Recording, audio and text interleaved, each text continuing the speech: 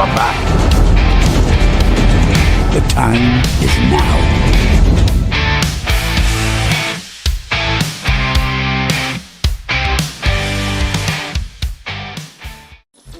NUFC Early Night News with Gary DeJordy Yum Yum, Andrew Boki, Christina Cage, and Derek the Mighty Wind. Weekdays from 8 p.m. UK, 2 p.m. USA. NUFC Talk. Hey.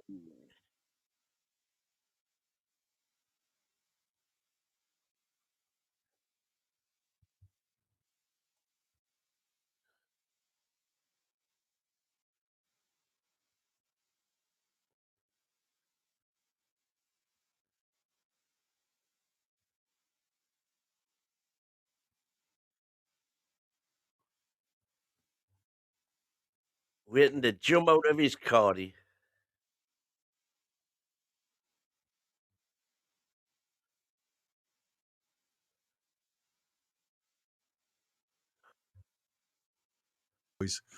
For this. But welcome to everybody that's watching. Thanks to everybody that works in the background. You guys do an amazing job.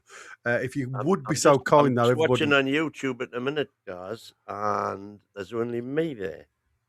Yeah, it's always the camera always shines on you, mate. I keep telling you that. And you don't. There we go. And you don't believe me. So yeah, thanks for everybody. And if you could be so kind, just do three things for us. Whether you're in the car, waiting to get home, obviously, I don't want you driving with the phone in your hands. But if you could, just hit that bell, hit the like, and subscribe. That would be an absolutely amazing three things that you could do for us. And it's all free. But if you do want to support retune us, back into Dab Radio if you're in the car. Obviously, yeah, absolutely. I mean, I'm sure my voice sounds better on radio. Memberships are obviously looks better. My memberships are $4.99 for the NTTV Plus. That's all behind the scenes stuff. And obviously, if you've got a queue in front of the question, for the panel, then to put a queue in front of that question, it certainly helps us out to identify it. And again, there has been comments I've seen about people saying that we're not highlighting enough chat. It's so difficult to run a show as well as watch everything that comes through in the chat. So if you highlight it with a Q, it certainly helps us. If you just put a comment, like I say, it doesn't highlight it to anybody. And if sometimes it goes through very quickly, we just haven't got the time or the schedule to keep going back and re-looking through it. So like I say, if you want it highlighted, then put it in capitals or something different, then we'll have a go. But if you want to guarantee it, then you can always throw us the NTTV Super Chat, and I'll guarantee that message read out anyway. Like I say, you've given us massive support. Always, every day, you give us loads and loads of support, and I must admit, from the bottom of my heart and all at NUFC Talk Radio, we thank you so much. And like I say, anybody that becomes a member during the show will be highlighted, and anybody that gifts them, because we've got some beautiful members, will also be highlighted and thanked. Lady and gentlemen, I hope you're well on this Thursday. It seems as though this week has come and gone so quickly. And I suppose I'm going to try and do this in my best Geordie accent, but I don't think I'm going to bother. I'm going to give my. I'm going to start with my ditty, because it does make me laugh. And like I say, after yesterday's drubbing, I think I need a laugh more than anybody else. So, way lads and lasses, step inside, take your seats, and welcome to the only show where Newcastle United's defence of the Carabao Cup has somehow outlasted Crystal Palace's defence of the FA Cup. A miracle so rare, it deserves its own spotlight and orchestra sting. Anthony Gordon's already strutting and about pulling his hairband tighter than our hamstring situation, while Eddie Howe and Graham Jones are backstage quizzing each other on tactics like they're auditioning for Mastermind, the high press edition. Steve Harper's been out seeing it, was naive to go front foot against Man City, which is rich considering Tonali spent half of the match venting his frustration about having no cover before giving Pep a big Italian hug to say sorry, and I may see you in the summer. Meanwhile, Leicester get punished quicker than you can say FFP, PSR or SCR, but City keep spending. like they've found a cheat code. We're still waiting on a verdict from 2 years ago, and our CEOs out there telling the world we'll be consistently contending in 4 years' time. So buckle up, because if that's the state of the football world, imagine the state of tonight's show. Right, there you go. My really bad Geordie accent. Better Geordie accent than that, to be fair. To be fair, when I'm with Win and the lads back yem, it does come back a little better and a little stronger. But when I'm sat here talking, it just sounds rubbish. So apologies. No offence to anybody in the northeast. Gary the Mackham. There you go, Stevie. Thanks, mate. I'll probably be closer to that one than I am anywhere else. We're going to start the show, like I said, with a little bit of humour. Like I say, it's all just a bit of banter. There's nothing in this at all. But I mean, for me, yesterday and listening to the phone-in post-match was incredible. To be fair, it's amazing how some people still have the faith and still are very optimistic. And like I said, what I wanted to try and do this evening, if I may, is take a look and. Yes, we're going to have a quick chat about Man City. I don't want to deep dive into it. I'm going to throw a few questions to yourselves in the panel and also to those out there in chat. And if you can, like I say, get involved with tonight's show, it'll be great. And we'll do our best to get you guys involved as we go through. So the lads and lasses will also be keeping a keen eye on what's going through there. And like I say, if there's anything that we can bring up, we may see something as we ask the questions going on. And then we're going to talk about, obviously, Mr. Hopkinson, the CEO, was talking yesterday on Talk Sports. And I genuinely liked what he's got to say. But again, words are cheap.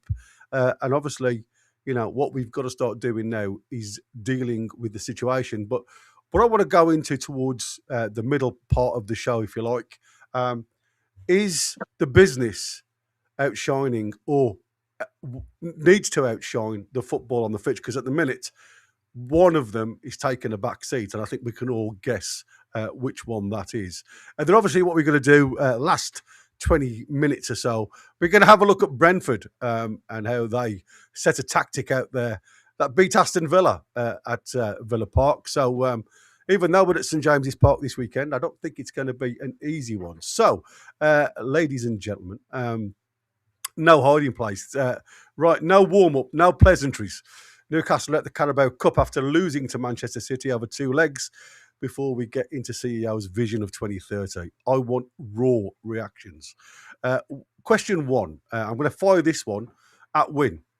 Was the defeat inevitable or was it avoidable? I don't know necessarily that it was avoidable, but it certainly wasn't inevitable. And I don't think the two are mutually self-exclusive. The positives, what few positives there were to take out of the match were that we did create good chances still. The problem that we've had all season is that we didn't convert those chances. They had chances as well. I know they did, but they scored a lot of them as well. Yeah. As soon as that first goal went in, that was effectively the tie dead. Barring a miracle, it was the tie dead, and we still had a couple of chances then to score. Willock had his chance, Gordon had his chance, and that could have made a difference. If we'd went 2-1 up. As Martin the Monk was saying when he was on the show for the preview, Man City have been similar to us in when they're ahead and concede, they have the same problems that we do. They seem to just collapse. And the people go on about the points we've lost from losing positions this season. Pep's lost 13. So we are not alone, as they say. No, I mean, like I said, nothing really to take from it. I mean, it was yet again for me, it was a masterclass in how not to manage a game, how not to manage a squad, and that is worrying.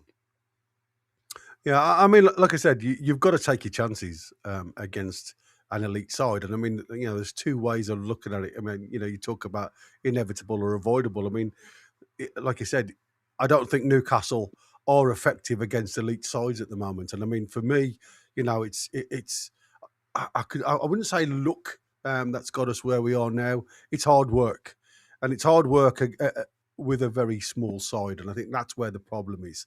But you're right. I mean, I think it was probably inevitable after the first leg. Unfortunately, I just didn't think the setup for the second leg bode very well to going forward. And to say that we were naive to go, from Steve Harper about going and attacking, I don't think we really attacked. We got behind them a couple of times. But it was just the way they cut us open. Like I said, there was one point, if I'm honest with you, where Tonali looked like that Ben did against Liverpool, stood in the middle of the centre circle, nobody around him, and there was like 3 blue shirts waving towards him, and I'm like, wow, it's incredible.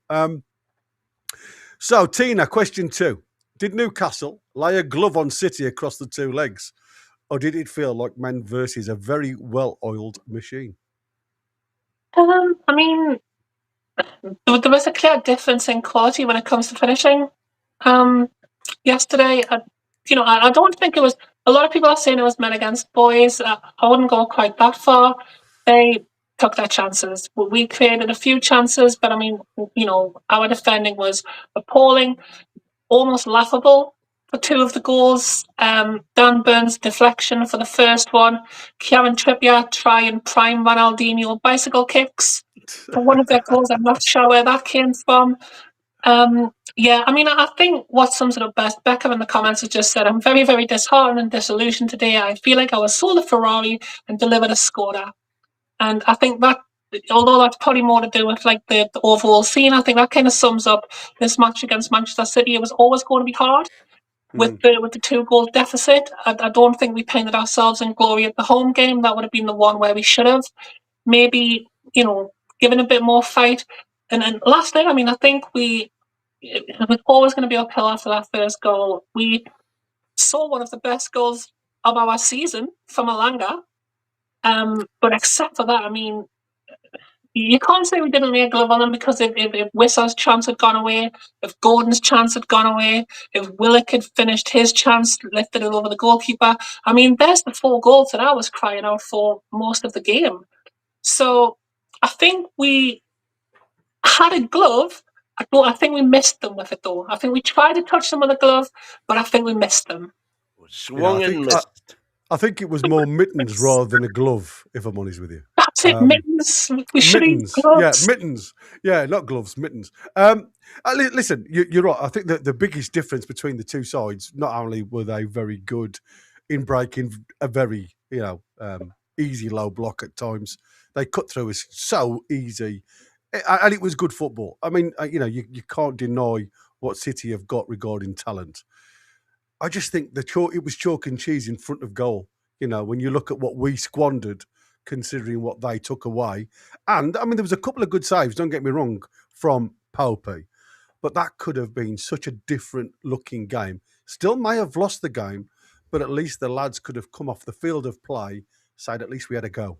And unfortunately, the scoreline for me has probably a more of a detrimental effect going into Saturday's game now against Brentford, because confidence, if it wasn't already low, chin's probably at the floor as we speak. So, Boki, I had 2, depending on where this one fell.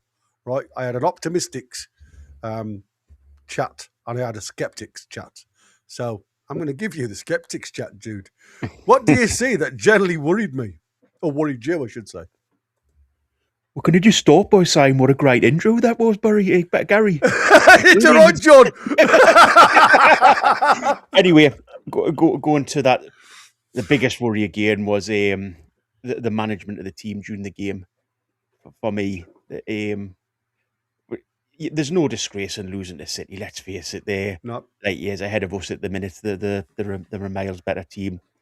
But as soon as we went 1-0, 2-0 down, at that point, we should have started looking to the future. There was no chance for winning that game. But basically, as soon as we went 3-0, well, 3-0 in aggregate down, there was no chance we were going to score 3 or 4 goals there. So why didn't he start looking to bring the young uns on? You know, at half time, and I know the argument that people have made in regards to, you know, it's putting them in chucking them in the frying pan. But sometimes, you know, if at half time he'd said to them, look, there's no chance we're getting back into this. I'm going to chuck you on. We might lose 5, 6, 7-0. It doesn't really matter at this point. You know, how many we'll lose by really isn't an issue.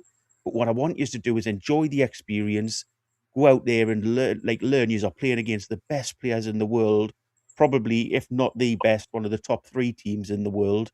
You know, just go out there and enjoy it. So at half time, why not take Dan Burn off, who's just back from injury, pop Alex Murphy on? Why not take Trippier off and pop Shahar on? You know, give him a run out. Why not even just chuck Neve and Elanga on as well? You know, just make the changes at that point. And as I say, the game was gone. You stand with them lads, and you get your coaching staff, and you guys explain to them, we're not holding you responsible for anything that happens out there in the second half. Whatever happens, happens. But you know, you're getting your debut, and just go out and enjoy it. You know, it might be hard, but go out and enjoy it. And that does 2 things. It gives them lads confidence, and it gives the players who we're going to need moving forward, by the look of it, because we've got very, very few fit players now. It gives them a chance to, you know, have a rest. And the other thing you might do is you might think people. I know people say that under 21s and the youth team are poor, but you might unearth a gem. There might be somebody that goes out there and plays in the first team, and you think, hey, they're not bad. They're a good player. Yeah, Sometimes exactly. if you play with good players, it brings that side out of you.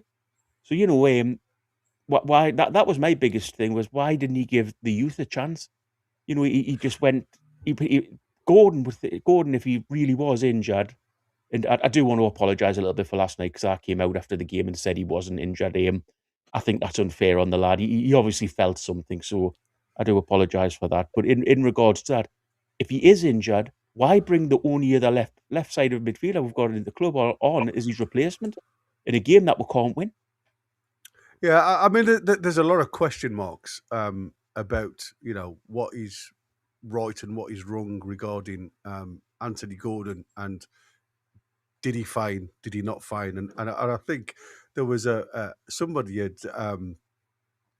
put a photograph, and again, I think this is literally taking it to the next level.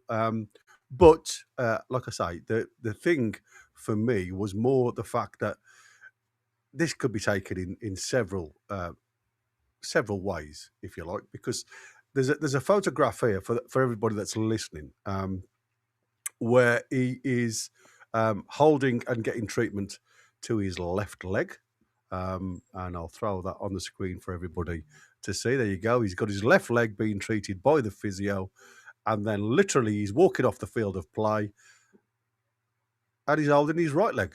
Hey! So again, I'm not saying there's a deliberate point that he could have just been scratching the back of his leg as he's walking off. Who knows? But he did walk off without a hobble, to be fair. And you know, it's like I said, I don't know whether he's had, or the lads have had, some instruction to say, because of the squad, the injury crisis that we are going through, if you call it that. If you feel anything muscular, stop. Just stop. You know what I mean? Again, it's all subjective. You know, people will have thoughts. Well, if that is the instruction, Gary, it didn't work with J7, did it? No, exactly. The weight of Gordon, I didn't think it'll be much muscular there, to be honest. Yeah, the pigeon. Have a quick look at the chats here. Yes, go for it. Look, Littler lost at Newcastle tonight. It must be catching. It's fault. You don't want to try to catch them. Nope. Kim jumped in. The recent history of Piff is a tale of grand schemes, wild ambition, and unfulfilled promises. And back in with they're scaling down their projects everywhere, and they're not spending their own money without other investors. That was in response to Becker saying, "Why haven't they brought more sponsors in?" Adrian Pickett is saying Hopkinson said they don't have performance targets. Then a few sentences later said Eddie knew what the target was. Man City turned the engine off at half time, says Steve. And that's the comments regarding that first little portion. There is one more comment, if I can just mention. Those two pictures, Gary, are they definitely from the same game? Yeah. Well, they are, but like I say, I don't know whether, like I say, it's just why somebody's hit the camera. You know, that he's walking off the field of play and he's holding the back of his leg. I don't know if I'm absolutely honest with you, Christina. I'd seen them and I'm thinking it's just typical. You know, everybody's got their crossbow out and just literally aiming at everything and anything they possibly can. And like I said, yeah. It's a shame he didn't get his arrows out last night when he scored because of the offside rule. Gary, do you not just think it was a little bit silly, Hodgkinson coming out just before a game like that to do that type of interview? Well, you know, that's something. Yeah, do it like a couple of days or a day after the game. You know, so you can say, "Oh, we're out of this," but this is with future plans. Whereas doing it on the day of a game when he was going, especially when he was, it wasn't spot kicks. It was we're going to win on kicks, was it, or something like that? Yeah, something like that. And you think yourself, you know, you're not showing yourself to be sort of fully enamored with the game, the football game, because the words that you're using aren't football terminology. But aside from that, doing an interview like that before a game not only puts the pressure on the team itself because he's going, "Oh, we're going to get through, we're going to pull it back and then win on spots or whatever it was," but I just didn't get the point of doing the interview before a game. Yeah, well, like I say, we're going to get into his, but you're right. I think, you know, you've been the one that's highlighted in the past about Newcastle tend to put something positive right behind a poor performance, you know. So maybe that interview should have been aired or recorded to go live the day after, like today. But yeah, I mean, like I say, some of the stuff. I mean, like I say, I enjoyed this interview. Like I say, we're going to do a deep dive into that one in a second. Tony Carline, I think Eddie Howe was trying to prove a point with regards to the young players, telling the board they aren't good enough and investment is needed. But like I said, there's a load behind that, you know, because like yesterday, again, we've seen several times now across social media, even on this show, if you like, there's question marks of whether there's the rift between Eddie Howe and Mitchell. Is Eddie Howe that type of person not to play a Mitchell player? You know, somebody who come in. I can't see it, especially when you are so low on numbers when it comes to squad depth. I just can't see it. And for me, as soon as they went 3 goals up yesterday, why the hell they didn't just go and say, you know what, cover. It doesn't matter the score now because you're already 5-0 down. You know, if the kids will learn a lot more by doing something wrong. And again, I go back to the Louis Hall scenario. When Louis Hall started his Newcastle career, he wasn't the best player on the park. He made a lot of mistakes and he was substitute a lot of the times. He grew into that position. That's what you do with kids. You nurture them. They're allowed to make a few mistakes.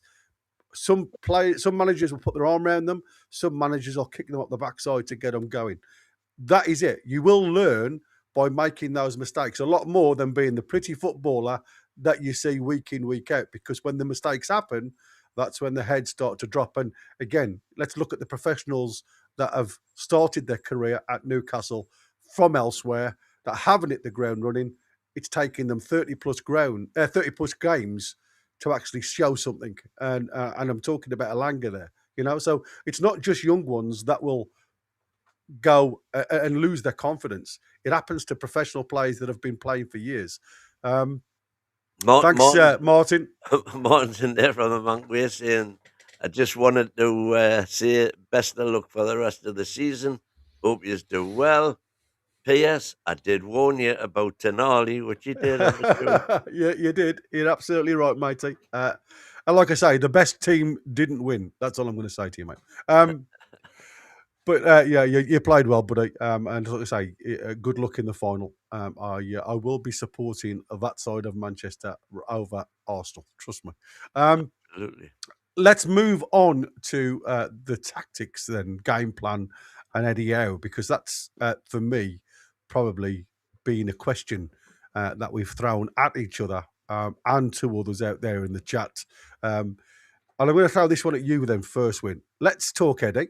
Did he get the approach right over the two legs? Well,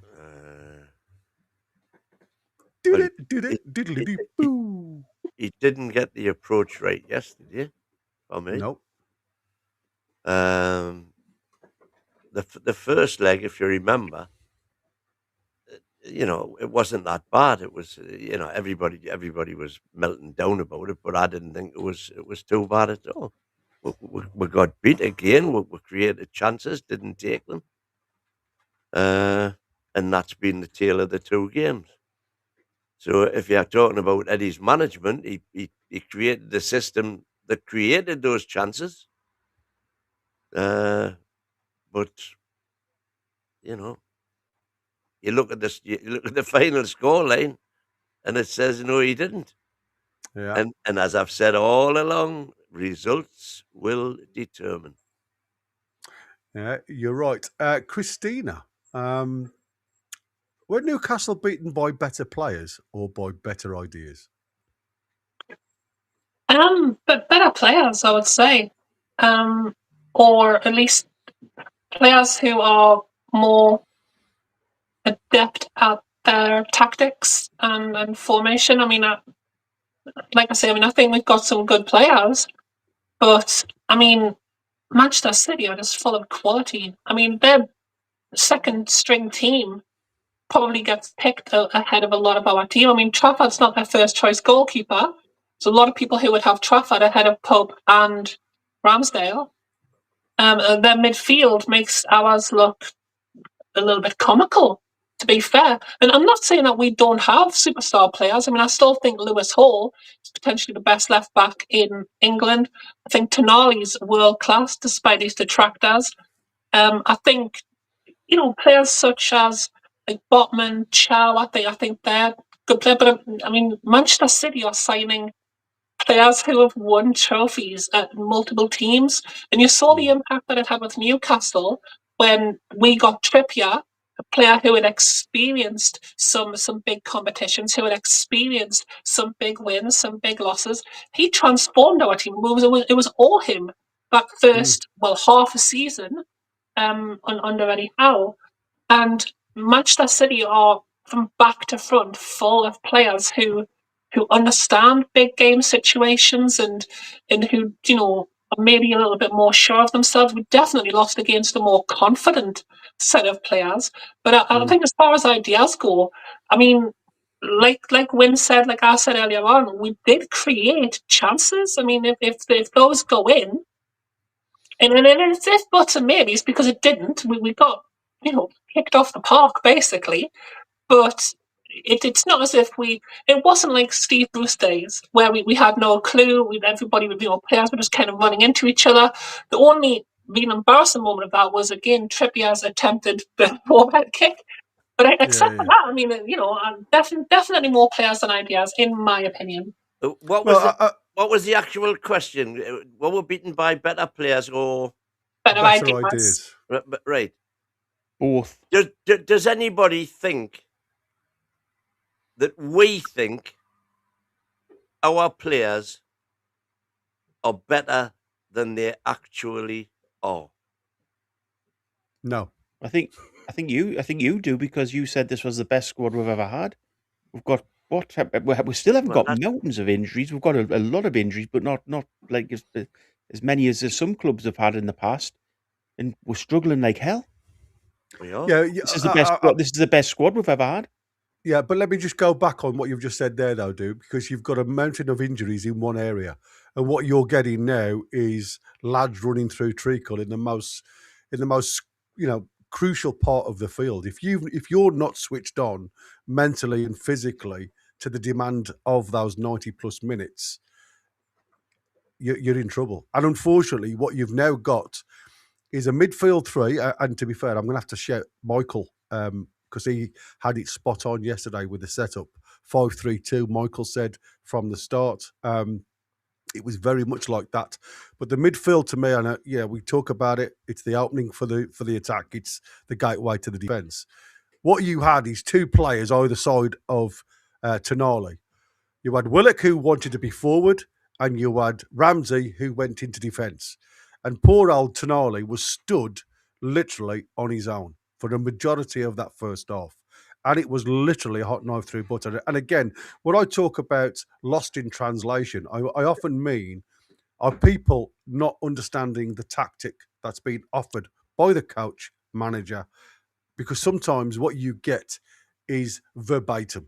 It's a case of whatever you say, Gaffer, I'm going to do to the word, right? So he then goes man to man, excuse me, because of Man City's 4-1-4-1 formation. It's very difficult to mark somebody in that half space if you stand a three. So how are you expecting? And what I expected them to do is move the two fullbacks high to so the three lads in the middle can become narrow to stop those balls coming through.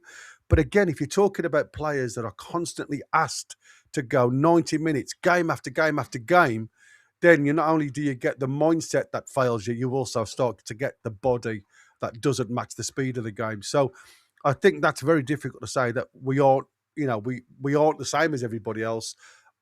I agree with you. Every other team in the Premier League suffers with injuries, but there ain't many teams, apart from Man City, believe it or not, that suffer with everything at the back, And I think that's the crucial thing for me. And to go on what Tina's just said, which was quite uncanny, because Mighty Win said yesterday when I said to him, what side gets into the Newcastle side? And Win said, what player doesn't? Am I right or wrong? Yeah, you're right. But can I just pick up on that, Gary? How many Martin's just correcting Tina a bit there, or whoever it was. I think it was Tina that said, they bring players in who've won multiple trophies. Well, and Martin saying, sadly, we're doing.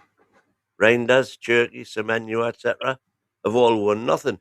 The difference there, I think, is that they are coming in one at a time, or maybe two at a time, into a team that's already now full of players who know what it takes to win. Can I just the point of injuries in regards to the back four? How many defenders have we actually got out at the minute? How many injured defenders have we got? Well, you've got your two fullbacks, haven't you? Your two. If you think I'm saying now who's out, not who's been out. Who's out now? So for that Man City game, which we're talking about, who's out? You've got Tino, and you've got Shaw, and that's it. Yeah, you see, if you can't manage with two defenders being out your team, then you've got major issues with your squad. And when we're going into a squad and people are saying this is the best squad ever, and then you turn around and we're mid-season, you've got two defenders out, and you're going, well, we've got major problems because we've got two defenders out. That's ridiculous. That is absolutely ridiculous. You're not seeing it for the bigger picture, though, mate. Because if you're asking, like only you said the other day, Chow has played every game since he's been in. He's not missed a beat. How are you expecting that player to carry on playing to that high level if he's not getting chance to rotate out of the squad? So why isn't he changing it for the youngsters on the bench? But that's what I just said. Youngsters a chance. He doesn't believe in them. You're arguing youngsters aren't good enough. But that's fine. But when you're 4-1-0 down in a cup tie that you've got no chance of getting back into, what's the point in having them on the bench and not bringing them on? You're just sitting there saying we've got two defenders out, so we're struggling. But then you've got two defenders on the bench that you could have brought on for the two older defenders or Chow and give them a rest. but you didn't do it. You kept the two Yeah, but defenders on the bench. yeah, So yeah, so but you're going arguing into the with next, us as if we're Eddie Howe and we're not. That's what I'm but no, saying to you. you go, but you're trying to stand up for that tactic. You're going into the No, I'm next not. game. I'm not at all. I'm trying to stand up for the fact that you've got players running their legs off game after game after game because as a manager that don't believe in the youngsters. That ain't got nothing to do with us. I'm just saying to you, as an ex-player, how bloody difficult it is to keep going game after game after game without having a break. I'm completely agreeing with you on that. But what I'm saying is, that game was gone completely. Yeah, exactly. You've got knackered. So we're reaping what we sow because we knew exactly what Eddie Howe was like. Everybody else on this panel is sat, well, apart from you, Gary, who keeps it neutral, but everybody else on the panel, most of the people on the channel have said, keep hold of Howe at the end of the season, keep hold of Howe, don't make any rash decisions. It's him who's making the decision not to rotate them players. So now we're going into the weekend, and those players are knackered from playing last night, and they're going into the weekend, they'll be tired then.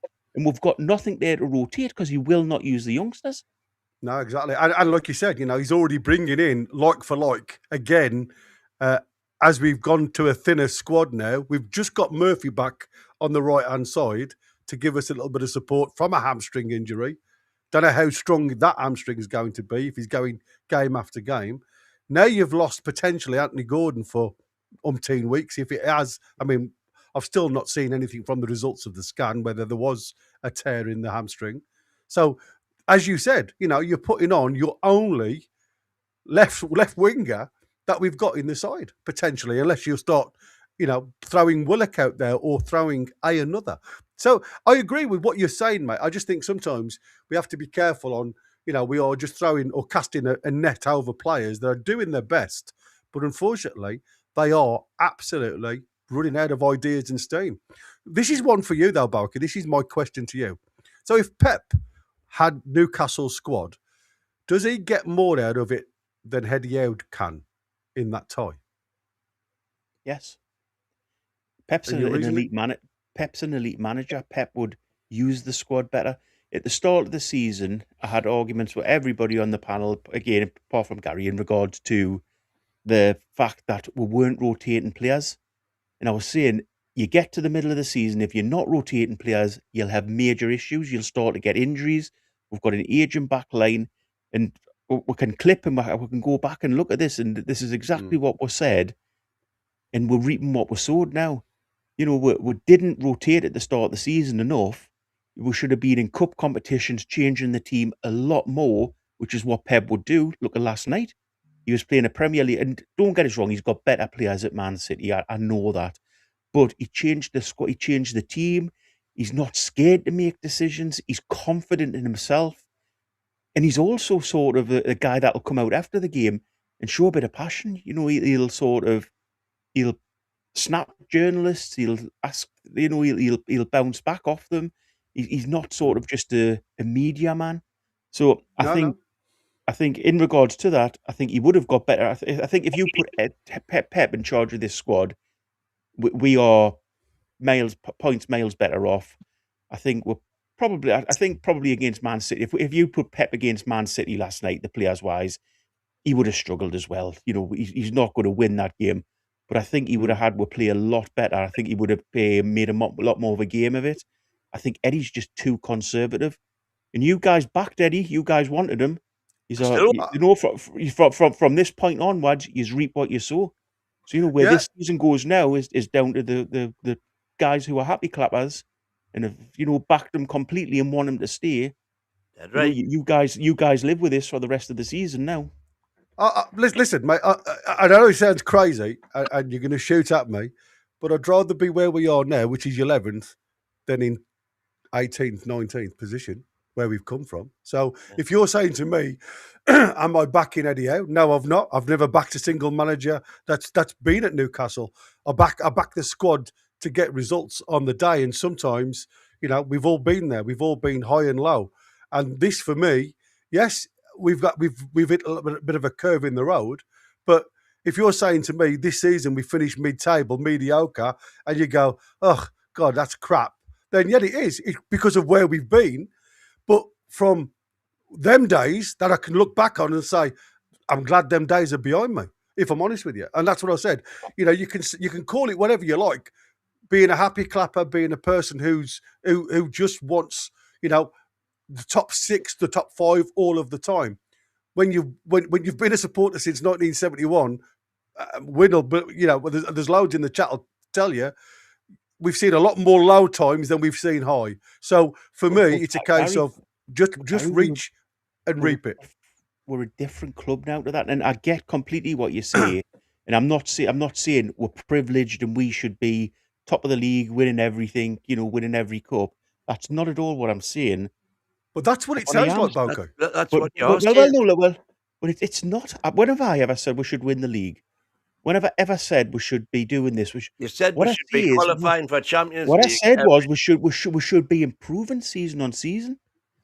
You know, if the amount of money that's been spent, so £700 million since Howe came in, at least £200 million this summer. You know, we should be improving as a club, and I get where you guys are coming from.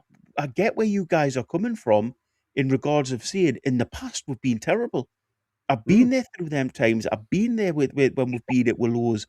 You know, I think was it Michael Owen said we were lower than a snake's belly at some point. You know, we've all been there as Newcastle United fans. Yeah. But at this point, pot calling kettle. That was, wasn't exactly, it? yeah. we're not that club anymore. We're not a club that should be sitting here accepting, you know, mid-table mediocrity. We're a club I understand you. Moving forward. Yeah, I understand you, but I get upset, right, by being labelled as a happy clapper because I'm happier than I was from the time before. If that makes any sense, it's like now the pressure's off me to say, oh bloody hell, my team's in the Championship, or you know, we've got another game where we're gonna, if we don't win this one, it's a must-win game, week in, week out. That's what it felt like. Now I go into a game and I'm like, we've got as much chance of winning this game as the opposition team. This season's different, but everybody else is in the same situation. That's why, crazily, as poor as this season's been, we're still in touching distance of Europe because everybody else, apart from a couple of teams, have been really poor as well. No, it's because everybody else has been really good. No, but you even heard Martin yesterday on our show say, well, it wasn't yesterday, it was Tuesday, I beg your pardon, say he can't believe how many people are shouting for Pep's head. I mean, it has gone, the football world today has gone absolutely crazy when it comes to what we should be doing because there's no guarantee. And this is why I'm going to get onto the Hopkinson thing in a minute. But sorry, Matt, because I'm looking at the time and we just need to go on, one quick point, Gary. In regards to this, the problem is with this, after a win, the happy clapper, I'm not going to call them happy clappers. The people who, you know, want Eddie in, they come out and they're sort of straight away on the bandwagon of, oh, that was great, that was brilliant. I'm not like that with a win, and I'm not like that with a loss. You're sort of a neutral. You keep yourself quite neutral in it. But with me, I'll come out and I'll say I'm not happy with it, but I'm not going to just call it terrible. But as soon as if we win it the weekend, I'll guarantee the majority of the panel will be on, winning Christina included. Sorry, guys. You guys will be on going, that was brilliant. You know, we're back in, you know, we're up to 8th or 9th in the league or, you know, however high we can get. Depending on other results, we could be yet again within 3 points of Champions League. But then, it's crazy. Exactly you're always looking for the positives. You've got to have that's a lovely way to live life. See the negatives as well. Oh, excuse me. Look at both sides of the coin. We do. Yeah, I understand. That's what I said. I mean, I you know, as daft it looks, I love the fact that, you know, Win. I mean, like I say, bless him, he's been a fantastic host for me, being at his place. You know, he lives and breathes the black and white, and I have to love that because, like I said, there's a part of me, I suppose, and Christina, you know, there's a part of me. Maybe it's because I've moved away from the area for such a long time that I've lost that. Do you know what I mean? And because I gave my season ticket up in 2011, and you know, with my job and career, I've moved away from football a little bit. But I look back, and I must admit, I'm jealous. I'm jealous that I haven't got that hunger and that passion and that want and desire for the team to go on and aspire to become the world's elite. But at this present moment in time, you're right. I sit on the fence a little bit. I'm like neither high or low. I take it on the chin, when we lose, like yesterday. It's like one of them things. You have to laugh about it or you cry. But I do take the win as a win. I am happy and I want to see the lads do well in any competition that they're involved in. There's a key divider here. I'm going to throw this one because the time is against us. And I knew this would be one of those debate type of question answer sessions that I love. And like I said, I want everybody to have a voice. And, whether I believe it, you believe it, it is your choice. That's why football is so subjective. And it's funny how certain individuals listen to certain things and believe it. And some people will watch a game. We've all said Win watches a totally different game to what we watch sometimes, even though we're all in front of the same TV. That is football. Not everybody's going to pick it up. But this one is out for everybody in the chat. All I want you to do is put one letter, right? So this is it. If Newcastle want to compete in multiple competitions, do they currently have, not will have, currently have, A, bad luck, B, bad depth, I was going to say bad breath then, B, bad depth, or C, bad planning? Choose one of them. And like I say, be honest, okay? So throw it in the chat, whatever letter you want to take from those three: A, B, or C. A, bad luck, B, bad depth, or C, bad planning. Right then, team, let's get on to the bigger picture, and that was from the CEO yesterday. And it was, like I say, it was an enjoyable, and like you said, probably the wrong timing, if you like. Hopkinson comes in because while fans are watching semi-final exits, the CEO is talking structure, process, and long-term vision. And straight away, after I saw that interview, and I want to shout out Colton because he messaged me while I was busy to say that he's coming on at around about 1 o'clock, and I'd got it on in the background, and it stopped me in my tracks, I must admit, because again, is this the reasons why Newcastle at the minute are failing? Is it the fact that we've not got the correct structure behind Eddie Howe to get the team working correctly going forward? There's been, as Wind often says, it's like one window in 4 that we've actually gone into the transfer market and bought. Some have been successful, some obviously haven't. So my question, when Hopkinson says a lot of work happened in January, but nothing was right, does that reassure you or irritate you? Win.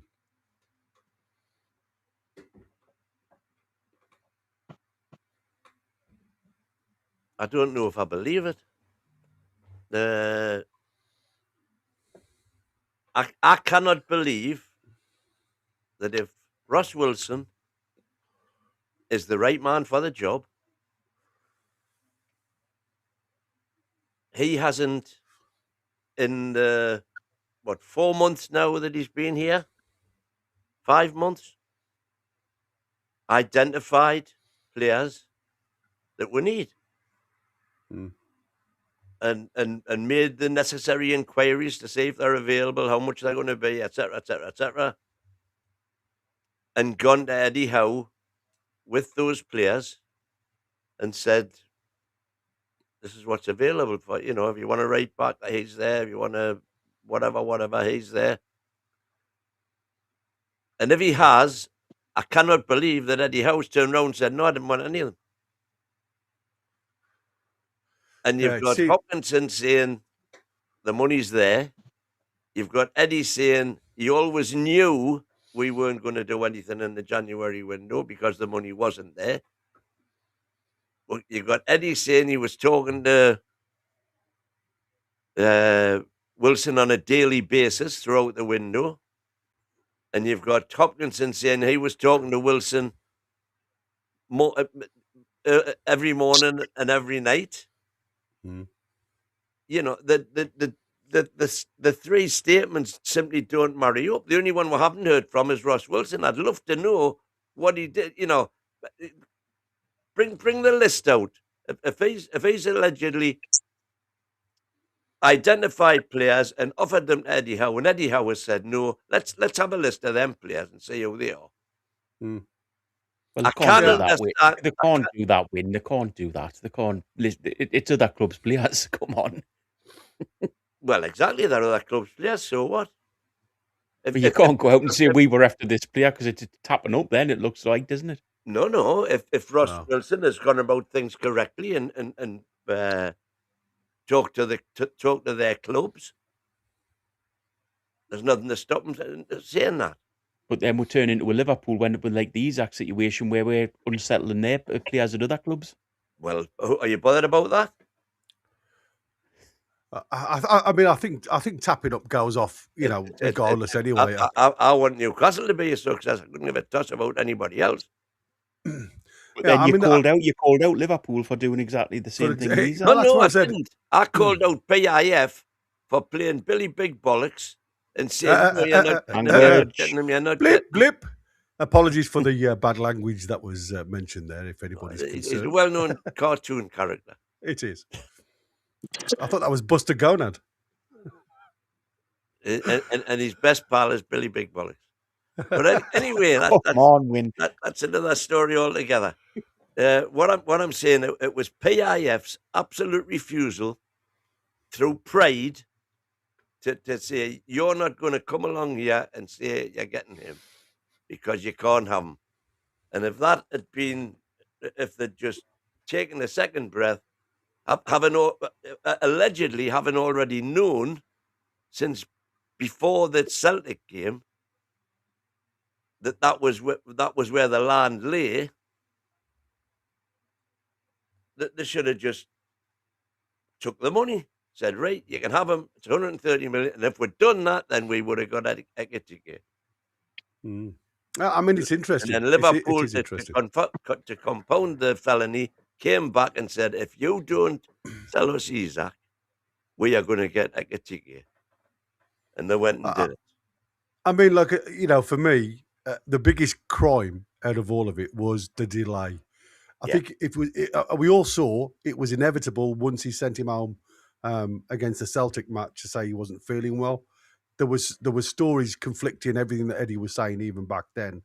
That was at the start. So for me, if you've got a player that he's willing to go, regardless of what you say, you either knuckle down and say you're under contract, mate. So if you break that contract, you ain't getting paid. And I know the players, people come in and say you can't do that and all that. But if you're breaking the contract, there's a certain proportion of that money you can get fined by. And I would have just said, you know what? I'm in a no worse or a no better situation. You're staying with us, staying put at least until January, and then you work it. The problem with Eddie was the fact that he was so stubborn to get that deal done, to hang on to that player. By the time it actually went through and got sold, it was too late in the window. So then it becomes, let's hit that one, let's hit that one, let's hit that one. And when they've all been tapped up by the bigger clubs around you, you haven't got the opportunities or the chance. You're blaming Eddie for that? There was no DOF, there was no CEO, right? He had to make a choice. So that's what I'm saying. If you're holding on to something that is going to go, what would you do? Would you say to yourself, listen, let's get him gone early so I can utilise the money in the best possible way, cast that net far and wide? Now, like I said, we all know about the Ekitike thing. Yeah, but that's what I'm saying. I think it was a little bit, when I say stubborn, I think maybe that's probably the wrong word. I still think in the heart of hearts, he thought he could have turned Isaac around by that, being a friend. And I honestly believe that's what he thought himself. But anyway, Tina, this is one for you.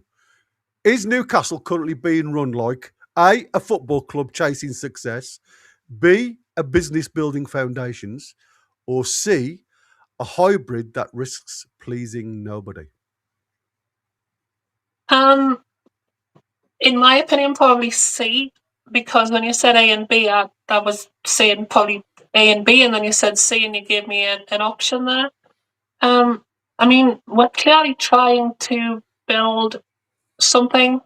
I think, you know, it's a bit stop and start, really, isn't it? Like we've talked about, you know, getting a training ground, getting sponsors for the training gear, getting sponsors for the stadium, building a new stadium, and that's kind of foundations in building a global brand. And then at the same time, I mean, you know, and I know that people aren't going to want to hear it, but we have been chasing success. I mean, out of the last 4 years, we've been in the Champions League twice. And we've won a trophy for the first time in our entire history. And I know people are going to say, don't live in the past, blah, blah.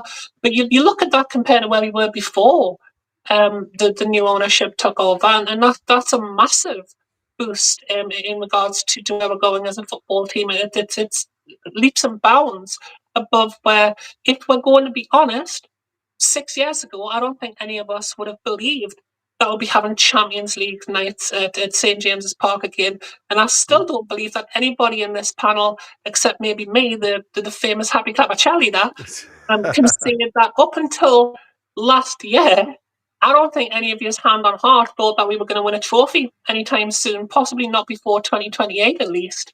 And that's even under the new ownership.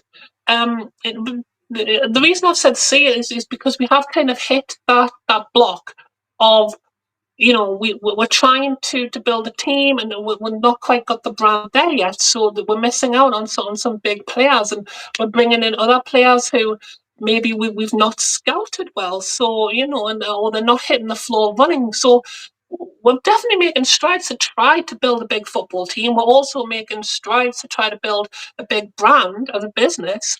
And this season, we haven't pleased either, to be fair, because we're not bringing in sponsors for the training kit.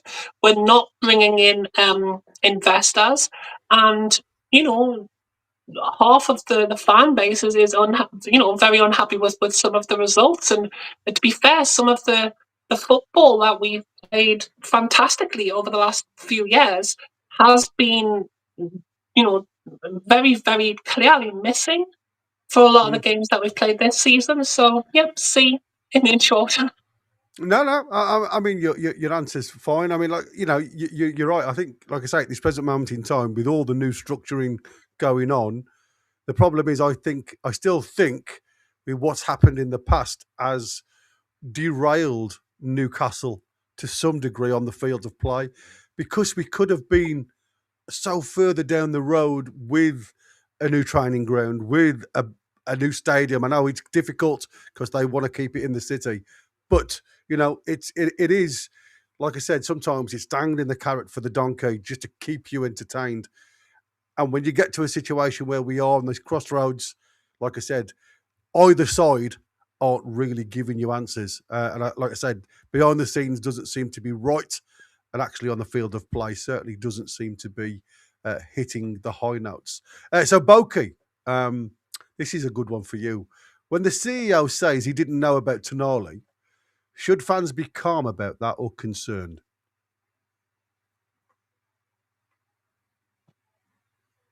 You mute, mate. Sorry, didn't know about him as a player. Didn't know about him who he was, or I'm just trying to think about the Arsenal.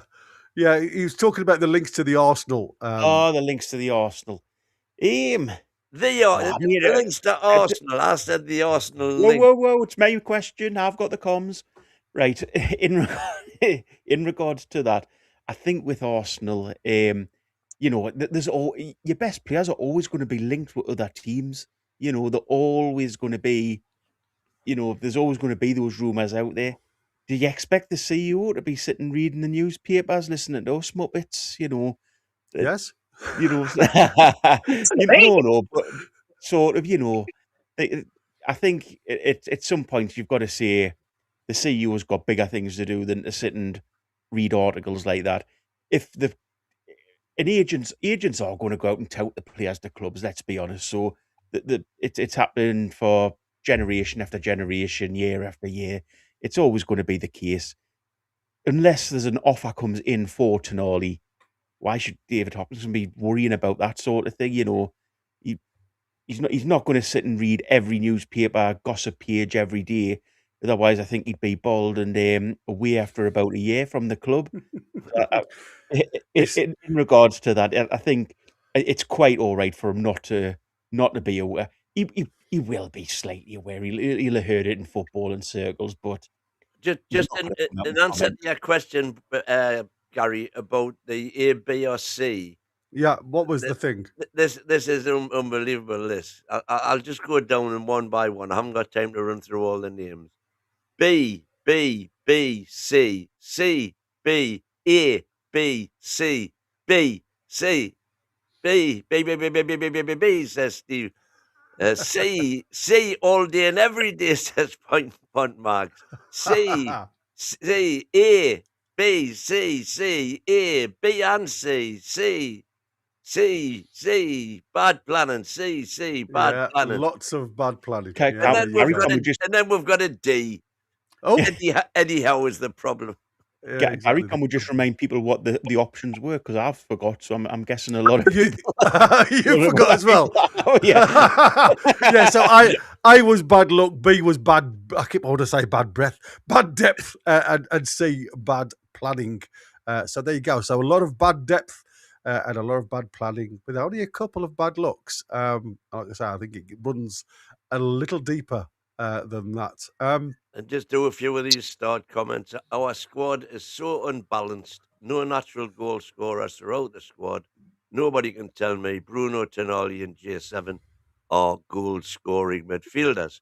We are not taking these. That was Tony Carlyon. Dark Side of the Moon. We are not taking easy chances and conceding too many goals, says Dark Side of the Moon.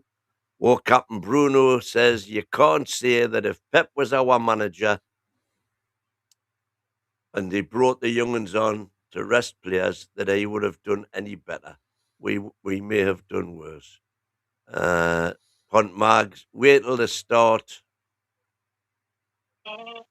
we start selling players in the summer, and you will see how little the squad is worth. Now, that is a very valid point. It gets back It to is. my question. Are these players as good as we think they are? Well, I mean, it's like I said, you know, I'll just some players. finish these off, Gary, if I can. Go on, mate. Yeah, of course you can. Yeah. Walk up and Bruno. We've been improving over 4 seasons, though. Nobody can improve every single year. There is a threshold, and we have restrictions, some of which relate to players just not wanting to move to the northeast. Monkey Sputum says, Bogey mate, as long as we try to play in 4 competitions with the squad we have, we're going to have to put up with mid-table. If Eddie had played the kids from the start, the fan base would have gone mad for throwing it away. Yes, he should have played the kids more, but if they had a bad game, the fan base would have destroyed them. And Mandy's saying, and if you don't believe me, just think of Miley. He had one bad game and they destroyed him on social media. Maybe that's why Eddie doesn't play them. And Monkey's back in saying, call me a happy clapper all you want. I say it is a cute name that the fantasists give to the realists. Whee. There you go. Well, there you go. There you go. I have got a few more questions, but like I say, I realise that the lads are coming in at 9:30, so I am going to jump a couple of my my segments because, to be fair, I do want to get on board with the Premier League CEO because I think this is one of those moments where we are going to. We're going to have a talk about it anyway. Let's put it that way. So I'm just going to go on to where this leaves Eddie Howe and the team, because for me, you know, like I said, with all what this lad was saying, like I said, I enjoyed it. I thought he was great. It's nice to be somebody who's got that ideology in their head, but like I say, talk is cheap. And it's got to work. You know, he's talking about like a 68,000 seat stadium, which again, I still think probably the low end of where we should be looking. If he could go up to 75, as if anybody watched TalkSport today, Simon Jordan was saying, it's £100 million a year if you do it right. That's with all the add-ons, boxing, music, and the like. So again, to me, they've waited far too long to keep this within the city. And again, that's easy for me to say. I don't live in Newcastle anymore, and I'm sure there's going to be a lot of people out there like myself. Like I said, I still remember St James's Park when there was only one stand. So, like I said, it has fond memories, but sometimes, as a business, if you want to be up there, you have to move. You have to move with the business. So, I'm going to ask this question, and I suppose you can say to everybody: does Eddie Howe need backing with patience or backing with players now? He needs backing with patience. Certainly, that's one thing that I've been saying for the fantasists, as we'll call them now, because I like that. The fantasists would say, you need we don't trust him with any players. But I would say yes, he needs patience. Very much, he needs patience. The problem is that right now we are too big to be small mid-table, but we're too poor to be quality elite. Mm. And that's the paradox that was what I came when we're talking the green room. You were on about the paradox. We're too big to be small, but we're too poor to be big. good. Why do parrots need One socks? one thing I would say about that is in regards to Wynn's answer there, the person that's swap sides time to time is himself. I'm Howe out now. But anyway, moving on from that one. Fair enough. And why? And why was it Howe? No. I Because think you got after the Man United game, it looked as though we couldn't get to within 3 points of Champions League, but by the next game we were there. Again, Gary, just picking up an actual point of that in regards to this, we now have to sort of reap where we are with the season. We are where we are, and let's face it, nothing's going to change. Nothing's going to change till the end of the season. Let's just try to back them and get as high and as far as we can this season. It's one of those things. Then you've just started my next question, so I'm going to give you this one. If next season looks similar, competitive, but falling short of big moments, would that be acceptable for you? Well, this season isn't acceptable for me, so there you go. Definitely not. As I've said from a few weeks ago, I'm not. It's pointless me just coming on here and saying Eddie out, Eddie out, Eddie out. But from now on, and when we get to the end of February and where we are then, I think everybody who's been Eddie in all the time, they have to look at themselves and say, was I right? I'm always right. So just before we go, I just want to just before Win is always right. In the event of Win being wrong, rule number 2: in the event of Win being wrong, rule 1 applies. Win is always right. Yeah, exactly. There was a gentleman who was in sending all his love to you guys, and I wanted to shout him in just before he went, and it jumped up. There you go. This is Jimmy Owens, 5415. Got to run, guys. Got to help care for your mum. And so again, literally all our love to yourself for being a carer for your mum, buddy. Love to all and Win. Never change, pal. We are kindred spirits. There you go. So all the best, Jimmy, and thanks for watching along so far. Like I say, if you can, watch us back on Get it on the radio. Alexa, new skill. What skill? That's the one. Play NUFC Talk Radio. Works so Tina, just literally, I mean, like I say, we've got a couple of minutes before I want to move on. So fan realism, right? This is a fan realism check. Are Newcastle fans more patient than they were or less? I mean, it's overall, it depends what set of fans you look at. I think some fans definitely less patient, which I understand. but because of how much success we've kind of had over the last couple of years.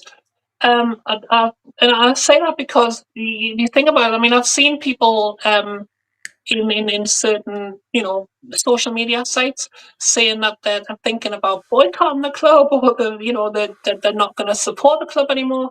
And I mean, guys, we went through 10 years of Mike Ashley, where we had Sports Direct signs on the stadium.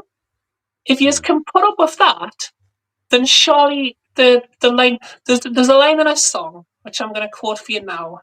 We are the loyalist football supporters this world has ever had. And that's and now we're getting a lot of people like Bogey's even been having a little pop tonight at this happy clappers thing. I mean, there's definitely, and I get it. I think it's because we've seen what badness can look like at this club. We've seen the club get relegated twice. We've seen the club get absolutely mocked by ownership and managers.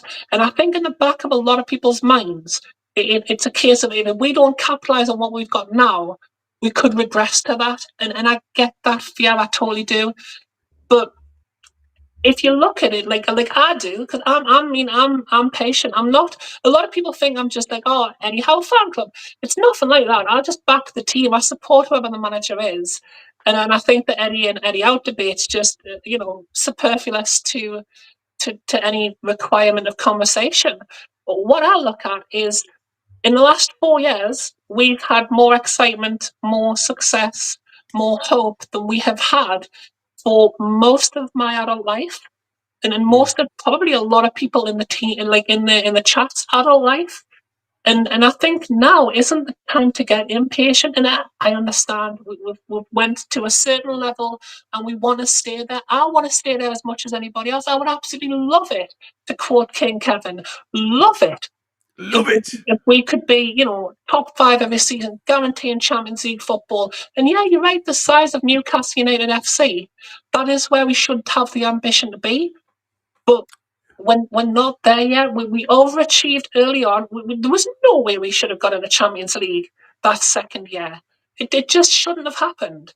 And it's now created a thing where some of us have became, and I'll include myself. I'm not going to point the finger, and I'll not name any names of who's done that, Pokey.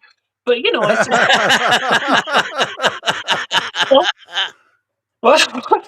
but yeah, I won't. I won't. But I'll include myself in this.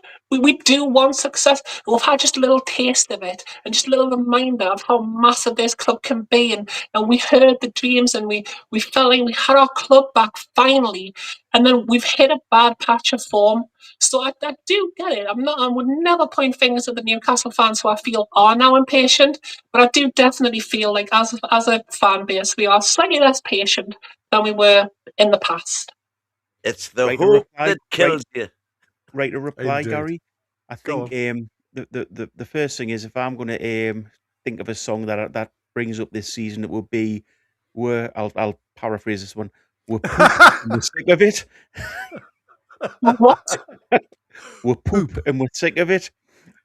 Another word for poop. And we know we are. And we know we are. Yeah, but in regards to that, I mean, you guys can keep going back. I mean, if we get 3 seasons down the line, how much credit has Eddie got in the bank? If we get the next season, he's going to be sitting here and going, he won with the FA, he won with the Carabao Cup, he got with the sort of UEFA Champions League 2 years in a row, and then we'll get the 3 years down the line, he's doing the same. He's still got credit in the bank. How far do we go with this before you see it's not? But no, I understand what you're saying. But for me, it's the fact that I'd rather be where we are at this present moment in time than, like I said, in 18th or 19th position. That's what I said. That's not going to happen now, Gary. No matter you don't what know. Manager. What I do? Whatever Well, you manager don't, because Leicester won the league in 2016. Look where they are now, 10 years later. Ding, ding. I'm a one of these people that can see into the future. Oh, but no. But no, you're a septic peg. In septic book. In regards to that, we're not going to be relegation fodder over with Piff in charge. It's just not going to happen. But we can be better than we are at the minute. I think that's the problem as Newcastle fans, and I get it because I'm a Newcastle fan as well, and I get the mindset that we're also worried about what's happened in the past. You know, Yeah. we've seen when managers have got sacked, the way teams have gone backwards. We've seen what's happened. But use Man City as an example. When they've sacked players, sacked managers, they've progressed. You know, Yeah, Pep. you're right. So they've gotten out to having the best manager in the world. So how can't we do the same? Because we haven't got the money Man City had. Yeah, that's what I'm But saying. we can't have if we keep progressing. We can't have the money if we keep with the likes of Howe, who's just taking us backwards. The only way you can progress is How's by he getting a taking us better backwards? manager in. As Martin said last night from Manchester, he said, "How is our Mark Hughes?" And that's the best way of Yeah, he did describing say it. that. But There you go, Boki. You're a clairvoyant. He said, "Your How is your Mark Hughes?" And you need to move on now. But the guy that replaced Mark Hughes had an open checkbook. We haven't. But we're all going to get more money. The more this project goes forward, there'll be more and more and more money comes in. And if you get a big manager, you then encourages big players to come here. You can't tell me if we'd not had a big name manager in place, they would have had more chance of getting players this summer than Howe did. Yeah, you're probably right. But what I'm saying is that was the point of tonight's show, if I'm honest. As the structuring behind the scenes stopped the progression of the team going forward, because we aren't in that situation where commercially we're anywhere near the elite teams. Yeah. So, you know, that is the whole point of tonight's show. But listen, I wanted to put this on because this was a very good interview by the CEO of the Premier League. And I must admit, this made my ears prick up because we've only got 4 years before 2030, remember? And this is what he said. Without being disrespectful to any club, we have a strategic plan at the Premier League, and the strategic plan says put a new name on the trophy in every 6-year period. And that is nothing to, that doesn't mean to say we don't want any team to win it. It just means we would rather see some sort of rotation. So there you go. So all I'm going to say is David Hopkinson was lying. It's going to take 6 years, not 4. Just to quickly ask for people on radio, who was that? Who was that guy that we were listening to? The CEO. It's the CEO from the Premier League. I don't know his name. We can find it out in a second. Sorry, guys. I thought you would. I would thought you would have it. No. I didn't want to put you on the spot. No. You're absolutely spot on, mate. But no. What I did, like I said just before the show. Yeah, there you go. No, that's not Richard Masters, is it? That's not Richard Masters. No, that's not Richard Masters. Well, he's the CEO of the Prem. That's not Richard Masters. He's bloody aged if it is. Anyway, listen, we've got literally 12 minutes before the lads come on to the late show. So what I was going to do is ask you guys to become Edward Howe, if you like, and we'll go into... Yeah, here we go. So this is the Brentford team that lined up against Aston Villa, got a very good 1-0 win, if I'm honest with you, and were under the cosh again. Aston Villa just couldn't finish on the day. So they went with Kelleher in goal, 4 at the back with Coyote, Aja, Berg and Henry. Then they go into a defensive 2 with Henderson and Janelt. Then they had Witera, who was the only goal scorer on the day, Jensen and Sade, who we know he's been linked with several big moves, and Thiago, who's certainly having a purple patch this year. Obviously, Newcastle's team can't change that much because of injuries, but who do you believe will be in this one? Just a quick one. Is it Richard Scudamore? That was the Premier League guy we were listening to. Yes. That's the word. Thanks, Phil, in the chat there, mate. Thank you very much. Thanks, Phil. Yeah, I knew it wasn't. I I was going to say he's aged if it was the other one. I couldn't remember his blooming name, and you've put me on the spot, and I was all Sorry, etchy. mate. No. I wanted to get everything so perfect before I come on show, but I was a little bit delayed because of work and everything else. So that was my fault, and I apologise for not having the information at hand. Becca's saying, obviously, I'm assuming with a name like Becca, she is female. Becca We DJ. We have to pretend to be Eddie. Is that what they call a transition period?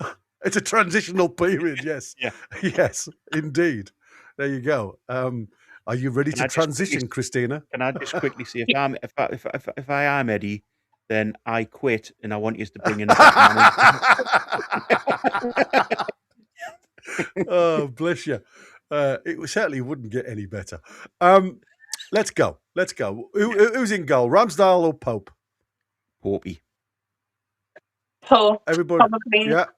Yeah. I would go Pope, despite the fact that there was one report from, I think it was Craig Hope, in fact, who said that the reason Ramsdale played was because Pope had definitely been dropped for his performance Against Liverpool. Liverpool.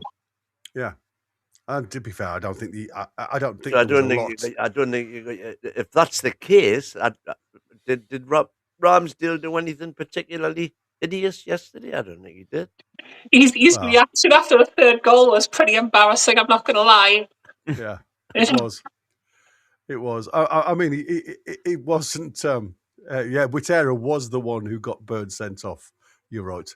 For the unimaginable dive. That's what I'm going to say. So the back four, you reckon, guys? Not a 5 against Brentford at home? I think 4. Let me put Eddie Howe mustache on. There we go. Yeah, exactly. There you go. Has Eddie Howe got a moustache? Has he changed? No, he hasn't got a mustache. I think he wants to do it. So Trippier got to be right back again, do you think? Yep. How's Miley's fitness? Not heard a thing. For a while. Yeah, the talk on the town is he's got a really crocked knee, so it could be an interesting one to go forward with. Don't bring knees up around me. I'm still recovering from the last time that we started talking about knees around me. Chat still hasn't let me forget that, so let's not say the word knee around Christina. Moving on to that back. Yeah, do we give Malik Chow a rest and put Botman and Byrne in as a 2 centre halves, or do you think it's just going to be a case of Chow runs until he can't run anymore? I mean, I think this is a game that you can rest Chow, isn't it, potentially? So you're going Botman? Botman and Byrne for me. I don't know what the other two think. Guys, what do you think? With regard to Miley, direct quote from Eddie was he felt pain in the warm-up at Liverpool, and he is being assessed daily. When did I say that? 50-50 for Saturday. Right. Well, we'll see. You're not going to risk him, are you? Well, not if he's 50-50, because like I say, that's a big risk. I mean, they said there was a big chance of Bruno coming back for the next one, but, well, we'll see. It's got to be Hall again, I would imagine, on that other side. Do you agree with the back two, Tina? Yeah, I mean, I actually think he's going to go with Chow and Byrne, but it would make more sense to go with Botman and Byrne. But I don't know. I must admit, I don't like Botman as a right-sided centre-back. I must admit, I don't think he looks comfortable. That's kind of my thinking as well. I think he will play Dan Byrne because it's going to be a more physical game. But I do think he's also going to play Malik Chow. But if I'm getting outvoted 2-1, I'm happy to go with Botman and Byrne. Well, I'll tell you what. Mind you, Botman or Byrne is the other thing as well, because Byrne was awful against Man City yesterday, and he wasn't great in the game before. We rushed him back a little bit too early. Yeah, I must admit, though, I mean, I have got a still showing Botman literally here against Man City at one time. It doesn't leave the back three with a lot of cover. So that's what I said.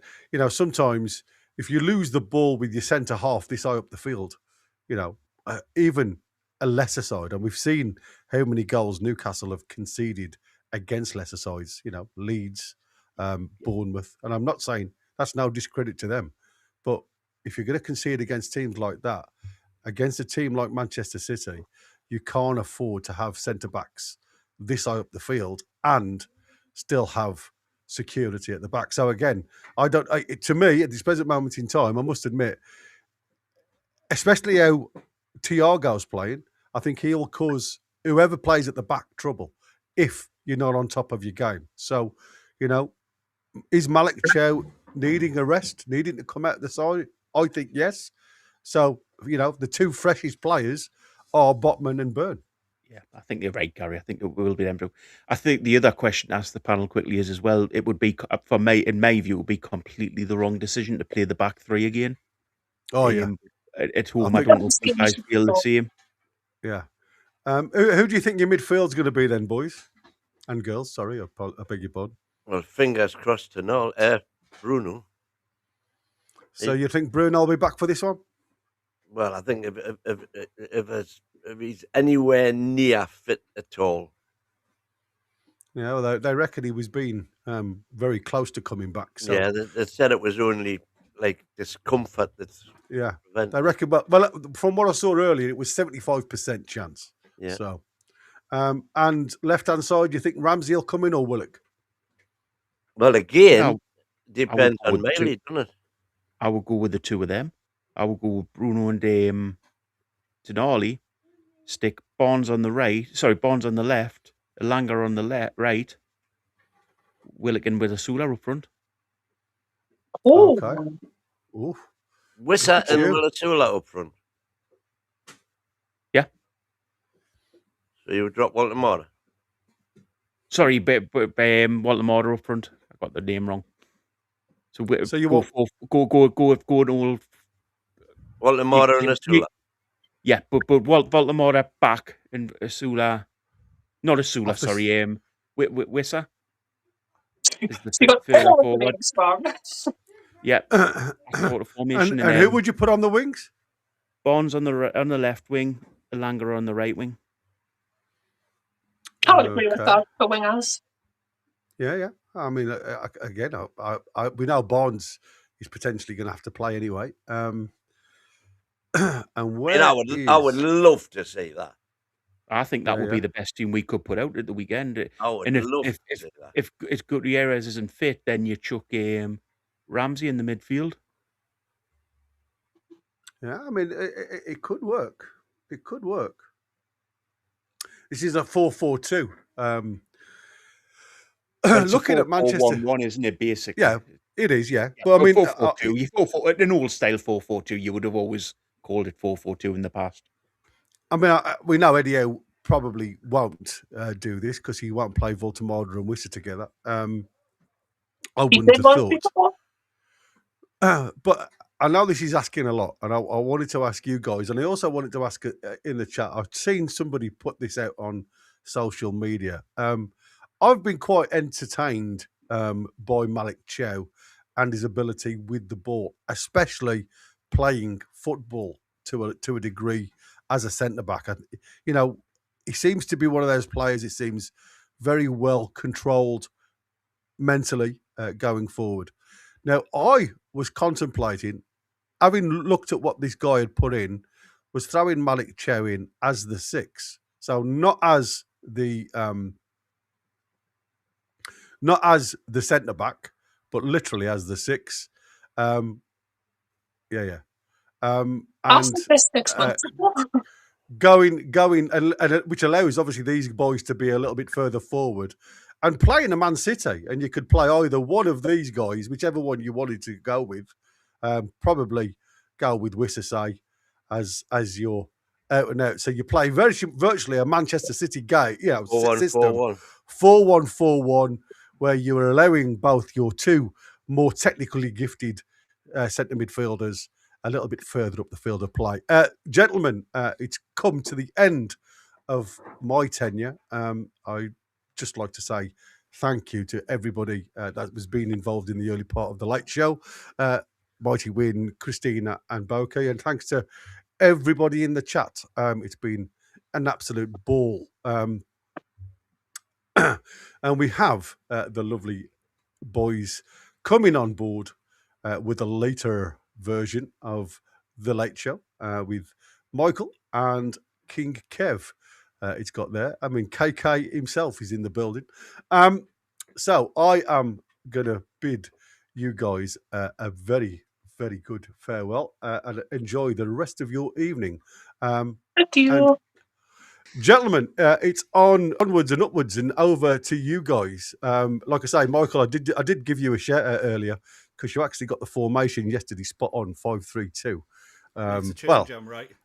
Yeah, well, just to say that your mic's still a little bit low, my friend. Just making sure you've got that sorted. Yeah, I mean, when I say it was a 5-3-2, it was more like a 6-1-1, 6-1-1-2 at times, because, like I say, poor old Tonali looked very much like that bairn stuck in the middle of the park at Anfield. So, yeah, it was an interesting one. Right then. I am going to love you and leave you, and I bid you farewell. Have a lovely rest of the show. See you guys. Take care, one and all. See you on the next one. Cheers. Lovely. Spot on. Okay, so we're going to go into our late night show. We're going to have...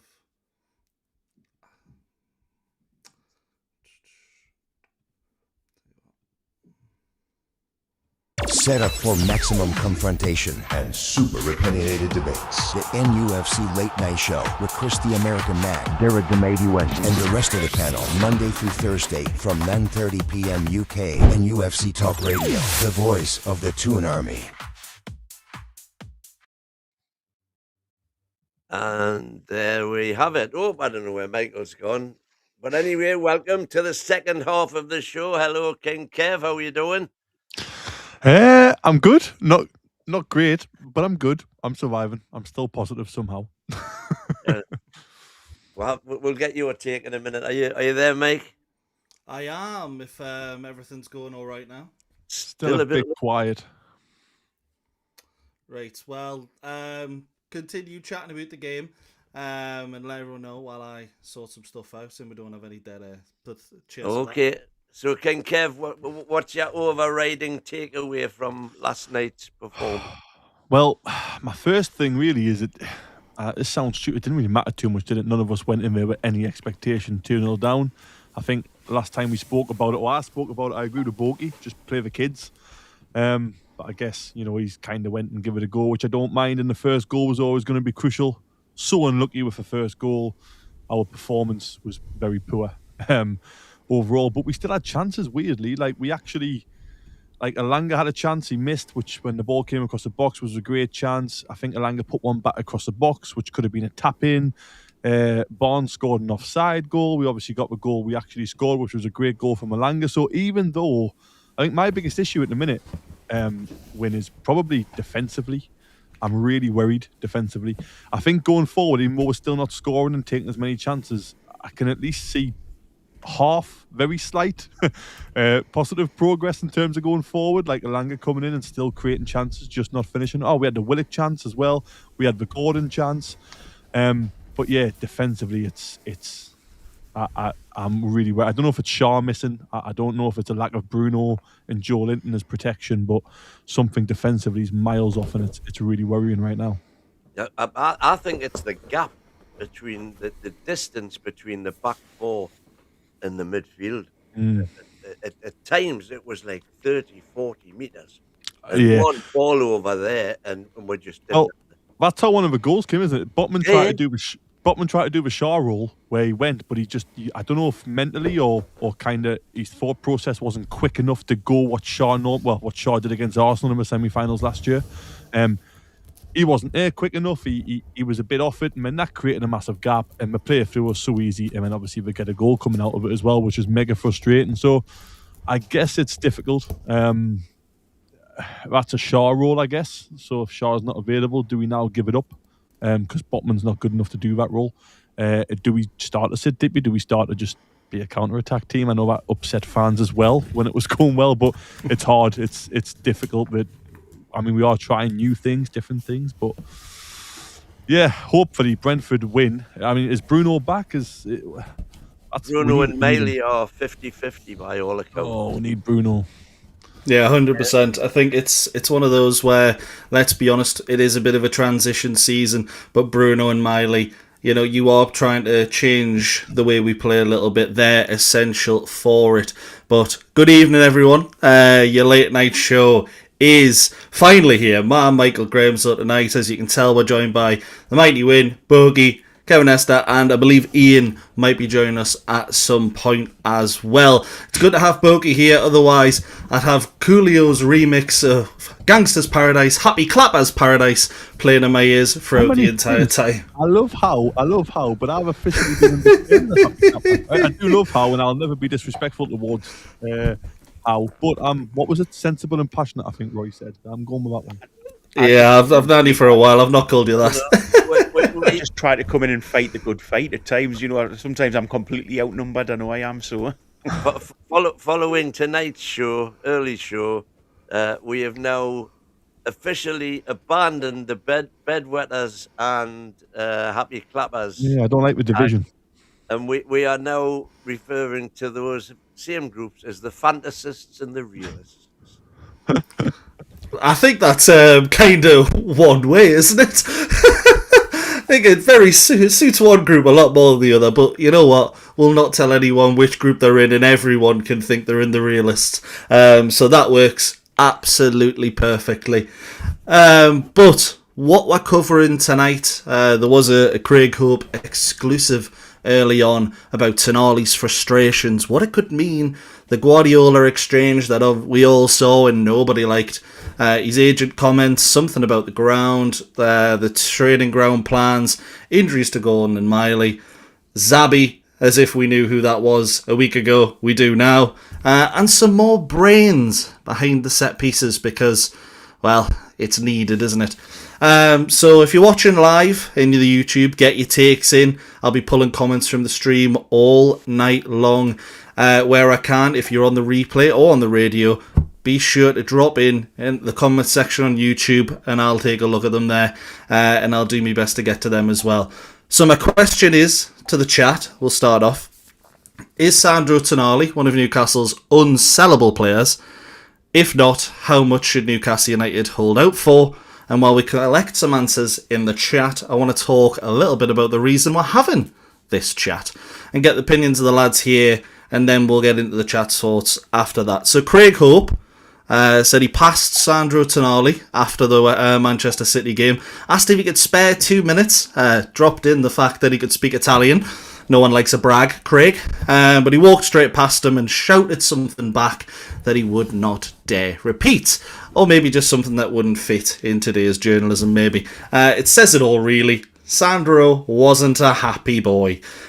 Win, I'll start with you. In light of the rumours surrounding Tonali, his agent potentially putting them out there to Arsenal, does this kind of news come as a surprise, or do you think it's the kind of thing that, let's be honest, everyone's going to jump on the bandwagon with? What do you think? First of all, if you've got high-quality players, which undoubtedly we've seen when Tonali's at his best, he is a superb player. You know, world class is bandied around, but he's an excellent player. So you're going to get interest. My opinion has always been, anybody who isn't happy playing for Newcastle United, bye-bye. Yeah, I'm inclined to agree. You will never have success if everyone isn't pulling in the same direction, and if you've got players who want to be away, because nobody's telling me that the rest of the dressing room won't know that, and there'll not be talk saying, you know, oh, I was talking to such and such the other day, etc., etc., etc. Just bite the bullet, take the hit, get rid, and get as much money as we can get. Yeah, it's definitely one way of looking at it. It's one I'm inclined to agree with as well, to be honest. Kev, do you agree with that mindset?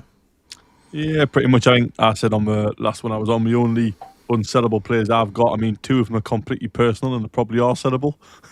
Is Shaw and Joe Linton, but the one in terms of business-wise is Bruno, and just how much we miss Bruno when he's not on the team. Even when he doesn't have his best season, he's still dragging us through games. But yeah, look, in terms of Tonali, last season, fantastic. Even his first season, actually, even though he kind of got banned within about 10 games, he still looked very good and he was excellent. I think,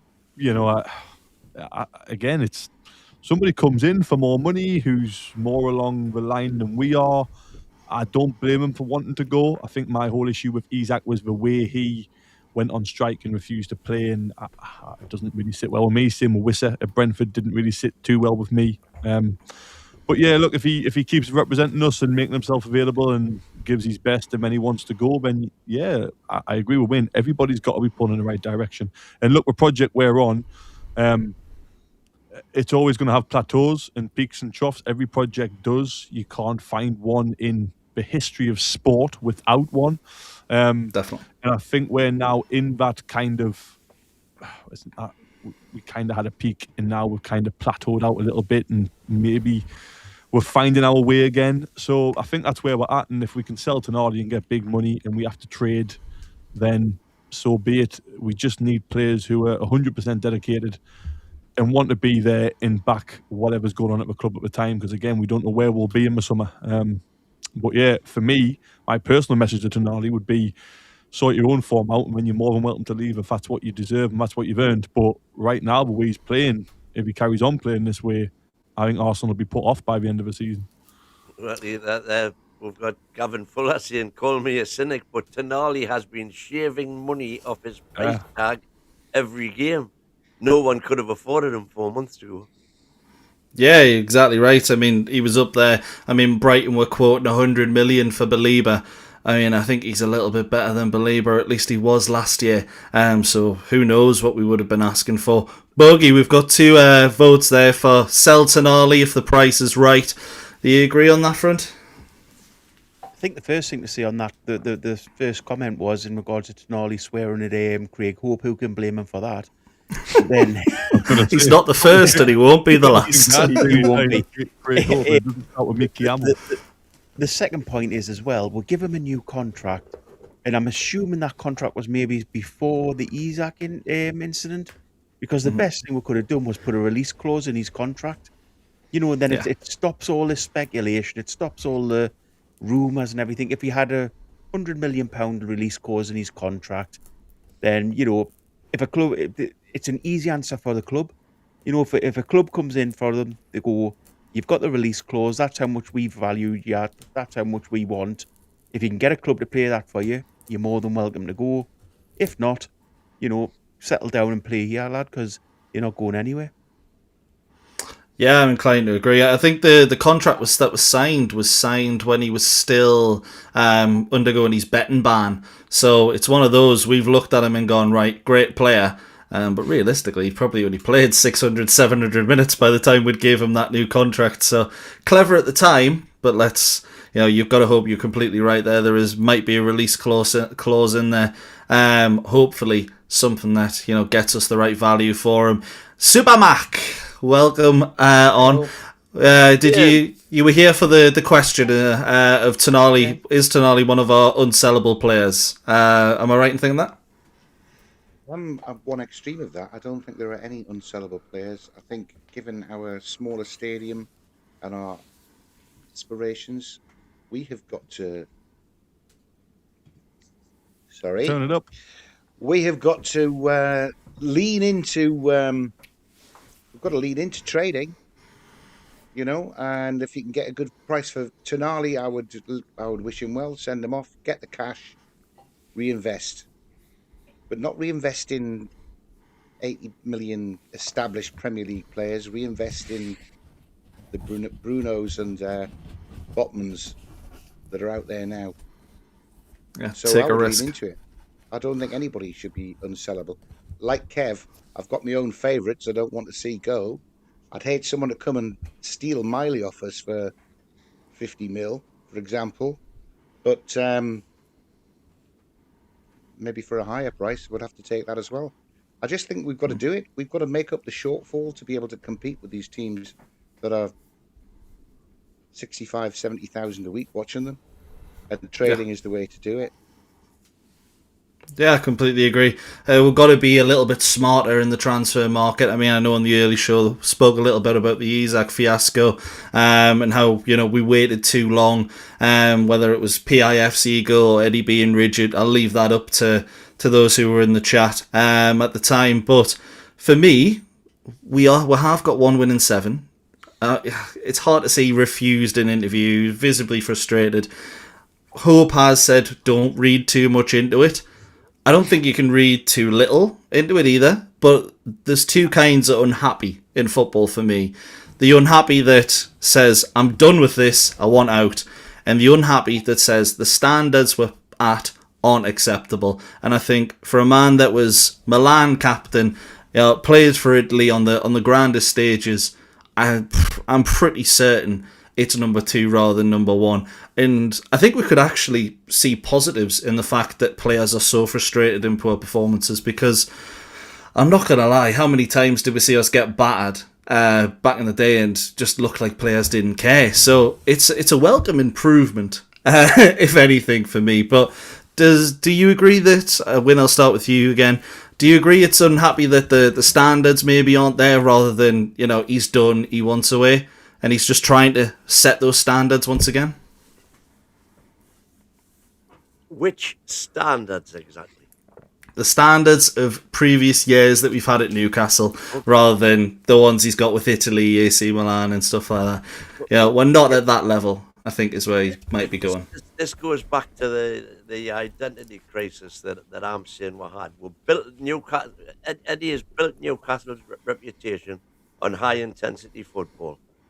The problem in 2026 is that the calendar is bloated, and it has been in 24, 25 as well, 23, 24 as well. And we simply haven't got the squad to compete at the highest level. And so we could still have those standards if we were still playing the type of football we were playing then.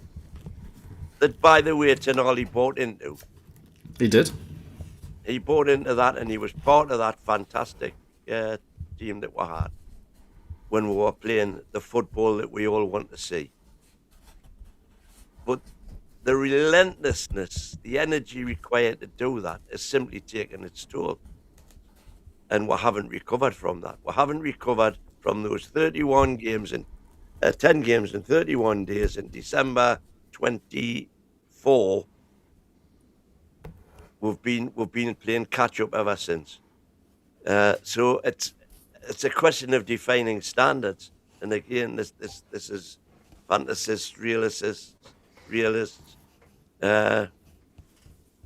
I still think we're making progress. Some people don't think we're making progress. And I agree with Ian, by the way, that, you know, we're going to have to say goodbye to some favourites. Yeah, absolutely. I completely agree with that. Is there anyone that... Don't you think, by the way, just to pick that up, if we'd said goodbye to a favourite Isak at the start of last year, and therefore it would have been obvious we'd gone and got your Ekitike straight away, do you think we'd be missing Isak in our forward line as much as we are now? Absolutely not. With that? But I don't even think that's a fair comparison, because bear in mind, we replaced him with, you know, you can argue whether it was Walter or Wissa, or which one, Wilson or Isak. But, you know, we started off without Wissa, and I still don't think Wissa is yet fully fit. No, he's not. I'm inclined to agree, yeah. But can I just quickly pick up on that? We knew Wilson was going at the start of that last transfer window, and I've said this before on here, but we knew Wilson was going. We would have put ourselves under a lot less pressure if we had just went out and bought a striker at the start of that window. So if it was going to be Wissa, if we'd had Wissa in at the start of that window, firstly, we would have had a full pre-season we were, and secondly, it would have meant that when we were going, if Isak was going to leave, which it ended up he did, it would have put us under a lot less pressure about going out and trying to find a second striker. But because we kept hold of him, because Eddie and PIF decided that they wanted to keep hold of him and wouldn't let him go, it just put us under. And they didn't go out and buy the striker straight away at the start of the window, which we knew we needed. We knew we needed at least one striker last window. It just put us under so much pressure at the end of the window. We went for Wissa and offered them the 27 million that he'd been told he could leave for. By the way, if we'd offered them 55 million, then we would have got him. Yeah. But when if we'd offered them 40 million, then we would have got him? Exactly. So we knew we wanted that lad. That was Eddie's choice. That was the guy that he wanted. That's who he wanted as the second choice striker, which is fine. That's not a problem because he's a proven Premier League scorer. But if we just went in and got him at the start of that window, it would have made life so much easier in regards to when the whole Isaac issue happened. In that how would it have made it easier? He still got injured. Because we had a striker in place. We had a striker already at the club. But he wasn't injured when at the start of the window. We didn't sign him injured. In for Congo. But he would have. But then at that point, we've still got a striker in the squad, and you play down his injury. Yeah, I think just on that, I think what it probably would have done is it probably would have stopped us looking so desperate because Wissa was there. There was options. So there's that, but there is also the case of, I think we're forgetting that Liverpool's initial offers for Isaac were under 100 million and we wanted 150. They did to us exactly what we did to Brentford for Yohan Wissa. They certainly got a better deal, cutting us down from 150 million, should I say, down to 120, 125 than we did with Brentford, where we actually met their evaluation of Wissa. So I think it's one of those where you can say, we could have just paid it in the first place. But I think if someone had said to you the first day of the window, you're signing Yohan Wissa for 55 million, you would have gone, huh? Exactly. What are we doing that for? It only worked on the final days because, we were desperate. And yes, we were in that position because we were maybe being a bit too rigid with Liverpool, maybe above our station, let's say. But is there anything anyone wants to just sort of jump in with that before I go to the chat's comments on Sandro? Just to compound the felony, it would still have been a brilliant deal to get Walter Marder for 69 million. You're buying Germany's current centre forward for 69 million. That would have still been a great deal. I tell you who's got the best deal tonight. All these people watching on YouTube who've got 52 likes and over 150 viewers. Come on, guys, get them likes hit. Smash the likes, however. Get boogie in your marketing departments, I tell you. But lovely stuff. I did promise to go back to the chat, so I have started a few as we've been going through. Starting off, Mansell Hansel, 80, 90 million. I would sell Sandro. Every player has a price. Is that a bit high or a bit low for anyone? Someone just shout out. I think it's about right for me. No. About right? Yeah. Bang on. All good. Okay, happy days. To be honest, I'm inclined to agree. And then we've got Alex Cohen. Sell Tonali to a bigger club and get some cash. Yeah, absolutely. Followed up with, these players want to go to bigger and better clubs. Yeah, there's realistically no way of stopping that, Ian. You were saying earlier, sometimes you've just got to do your trading. I think everyone here completely agrees. Win, you had Davey Eddie agreeing with you. I haven't got good vibes regarding Sandro. He has been bang average for weeks now. Has anyone got any defence for Sandro in that way, or Kev, you're usually a big fan? You know what? I'm way too positive to be a Newcastle fan, right? And all my friends say it all the time. Like, I know Michael and Ian know this better than anybody. And funnily enough, I started ages ago. I was a bit like, what's going on with Sandro? He's not the same. And I remember my dad sat next to us at a game at St James's, and he was like, what have you got against Sandro? You're constantly picking up on him, giving the ball away. And I was like, it's because he's giving the ball away. Like, I don't know what's going on with him. And I kind of kept it to myself. I didn't want to be one of them who's like shouting out loud. I kind of wanted to keep reserved and watch more and then have a more valid opinion the more I watched. And I was just a little bit like, oh no, is this his level? And we just made him look really good for a while, because again, I'm a big believer in how making players better. I know at the minute, obviously, everyone's going to jump all over that. But again, if we look over the last 4 years or even his time at Bournemouth, he's always made players better normally. So yeah, I haven't really got much of a defence for Sandro. I'm not sure what's going on with his form. I've heard a lot of people say he's had a baby and all that stuff. But I mean, yeah, I don't know. At that level, you've got that much money, you can probably hire a nanny to get up at 4 o'clock in the morning and go see it, couldn't you? So, absolutely, yeah, not a big defence for Sandro. I think he's got to stop looking elsewhere, and he's probably got to look for me in terms of himself. If he wants that move, look, help us, play really well, get back to your best form, and we'll sell you. But he could put himself in a position where he doesn't kind of get his form back, and all of a sudden we're kind of not stuck with him. I think that's a bad word, because I don't want to completely turn my back on him. At the end of the day, he's still a Newcastle player, so I'll back him to the hilt no matter what. 100%. But we also don't want to be stuck with a player who's only worth 40 when we paid 55. So we need him to get his form back for us and for him if he does want to be away, but mainly for us, for the club. Yeah, completely agree. Another one in there, Ricky D. If we can't bring Anderson back, get Belieber or Wharton. Now, Wharton's going to Liverpool, I think, isn't he?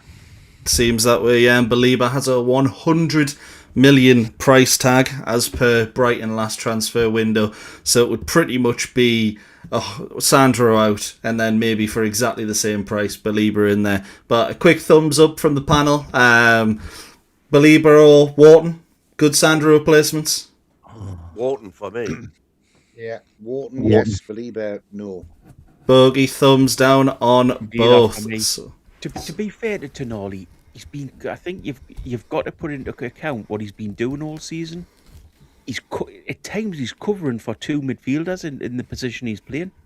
You know, it's easy to call the lad out, but he's been playing with makeshift left back, makeshift right back, makeshift central defender at times. You know, he's in a position where it's easy to pick up on him as being at fault, but it's also got to be the team around him as well. I don't think all of a sudden you turn into that bad player. He's a good player. You know, it's just that he needs better players around him, basically. He's the top and bottom of it. And that's part of the problem with the team, that when we've got down to the bones on in regards to the fit players, Tonali can't carry a full team by himself. Yeah, I completely agree. I do agree. One man in it, Bruno. Well, exactly. I agree with Borky, but again, we were talking. I remember who was I? It might have been you, Michael, or it could have been Elon, obviously previous pods and stuff. And we were talking about Bruno last season not having his best season, Tonali coming in, being a revelation. It was amazing. And Tonali kind of almost carried us then. Bruno's doing that job now. But the biggest problem is Bruno's now injured, and we really need somebody to step up. And I think that's where the frustration comes from. However, it's the style of players, and I mean, I don't know. I think we need a huge squad if we're going to play this high intensity football. I think we have tried to change this year, but yeah, I'm not sure. Yeah, 100%. I got a super chat in there from Chris. Canadian dollars. Thank you. In Canada. Hope you're not too cold there. How has a way of making average players look great, while somehow making great players look average? Weird. Oh, there's something in that. Yeah. The Eddie Howe we have any paradox. great players. Bruno's a great player. You would say it's Tonali. Realistically, we've only seen him for like 12 months after he's banned. We've only actually seen Tonali for. I don't know if he's a good player. In that 12 months, he was. Oh, he was fantastic. But every player can have a good. Like, look at Jacob Murphy for 12 months. He was unbelievable. Willock for however many weeks when he first came in. Wilson for that whole season when he got 18. Isak for 2 seasons after his first season when he wasn't great. I don't know if 12 months is enough to say he's a great player. He's definitely a good player. Come on, Kev. You look at him in the Italy team. You look at him when he was playing in Italy. He was a great player then. worst we Italy obviously team in their history. we obviously got him as a cheap player because of the fact that it obviously looks like his previous team knew that he was going to get this ban. Yeah, that's You true. know, that's the only reason we got him for that price. That's true. I think Tonali he's got the potential. He's probably him. Bruno's past. He's obviously the age that you can become this. I think Tonali's the only player in this squad at the minute that's got a chance to be a world class player. What about Luke? What about it's you know what, I don't completely disagree with I was both talking there. about but attacking players, win, not defenders. Sorry, mate. I don't disagree with Boki, but I don't know, the whole Italy thing. It's Italy's worst team for years, and I'm not going to hide behind that and say that's why I don't think he's world class. But I think we've got to get away from playing for Italy on the highest stage and stuff, because if Italy even made the World Cup, so I don't think they have. They missed out on the last one. They won the Euros, of course, but it was against us in the final, and they were dog then as well.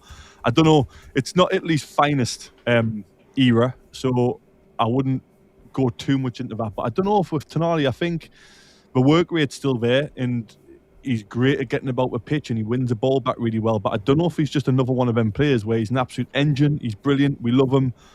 On the ball, he's just a little bit sloppy. He's got a great shot on him. Doesn't seem to shoot enough. That's probably more of a tactical thing, if I'm honest. But yeah, I don't know if he's good enough on the ball. And obviously we wanted Barella first. I don't know. I don't know. I can't decide, to be honest, on Tonali. He's definitely got the potential, but I'm not sure if he's as good as a lot of Newcastle fans maybe thought he was previously. We always tend to overhype our players. We have that natural, passionate fan base where when they're good, they are the greatest thing since sliced bread.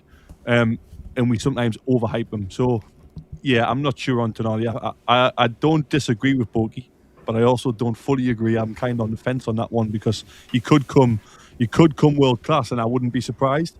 But also, I also wouldn't be surprised if he ended up at a Seville, might be a little bit harsh, but like a mid-Spanish club in 3-4 years, and we're a bit like, he never really kicked on from that first season. I think even if he had a terrible couple of years, I still think he'd end up at like a Juventus or a Milan or something like that. I must say, I think... But again, them teams now aren't what they used to be. Like Juventus have Lloyd Kelly centre half. They don't have the Cannavaros anymore. True. I'll let Tony T go though. Tony T, thank you for your fiver, Tony. Don't be slagging off Tonali. Chris thinks the sun shines out his backside. Ogie said last night, limp, pathetic. But enough about your bedroom, Atkins. Oh, great. That might be my favourite chat ever. So fair play, Tony T. Like, I think harsh on Tonali, Kev. Tonali was good enough last year for Paul Scholes to single him out as the best midfielder in the league. In the Prem. Best in the Prem. Just to say as well, That's what we were saying. Limp and pathetic's my best effort. So I mean, I'm quite impressed with that. Right. And on to the next super chat. We have the best squad ever, but not on four fronts. To be honest, I'm inclined to agree. I don't think we've got the squad to go on four fronts there. Yes. Yes, boss.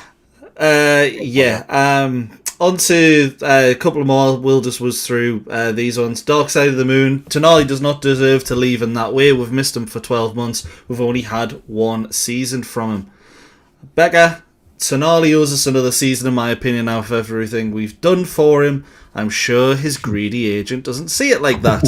Yeah, you're completely right. Agents are everything that's wrong with football, in my opinion. And Lee Mags, only players I care about losing are Bruno, Hall, maybe Barnes, plus Miley and Byrne. I don't care about the rest. Is there anyone any of you would add to that? Sure. Just because I love him and I want to be him. Anything that's not personal, love? Nothing personal. Joe Linton, actually, I think when he's on it, I know he's getting to 29-30, so he's one of them where, again, I'm not going to be a hypocrite. I said about Man United moving players on at the right time. But for me, when he's on it, he's almost irreplaceable in terms of what we can afford and I think like Valverde would obviously replace him at Real Madrid, but we're never going to get a Valverde or a Camavinga. So yeah. I guess I would add Joe Linton to that list if he's bang on it. But again, he had another rocky time. But I think similar to what Boaty was saying, it's because he was covering for Byrne being back at left back, and he was trying to cover too much space, so he couldn't actually do much when he was on the ball. So I think that's why Joe Linton suffered as well, and I think he could have hit the nail on the head there with Sandro as well. That could be the case, and it would be nice to see, wouldn't it, a fully fit back line. Shaw and that as well, coming back in with Tino and Hall, and then maybe Chow or Byrne alongside Shaw, to see how much difference that makes. Because like I said at the start of the show, defensively is where I'm worried. I know that probably sounds mental in terms of we're not, finishing our dinner, as we put it on here plenty of times. But we're still creating the chances, and eventually the ball will start hitting the net. But defensively, we just look all over the shop, and that needs addressed first and foremost, really, for me.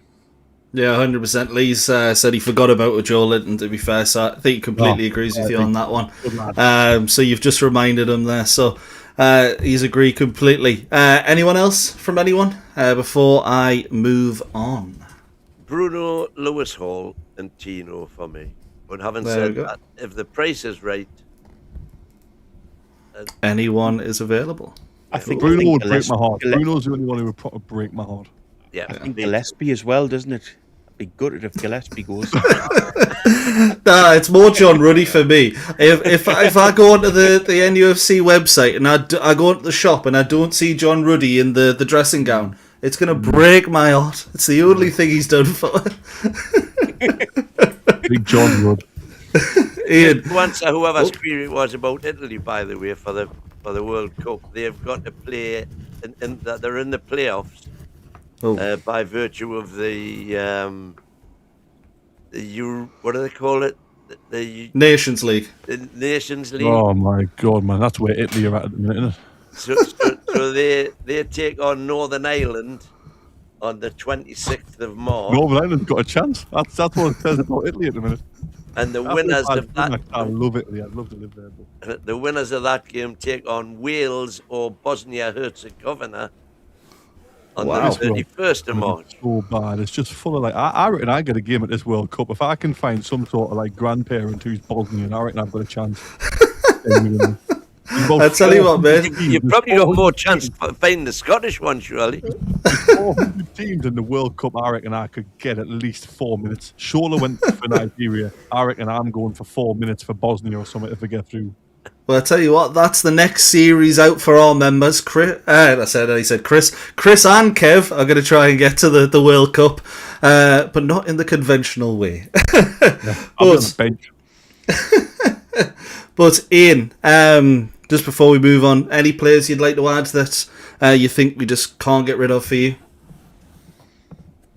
Bruno bleeds back at my sneak, so yeah, that would be. Does. That would be crying.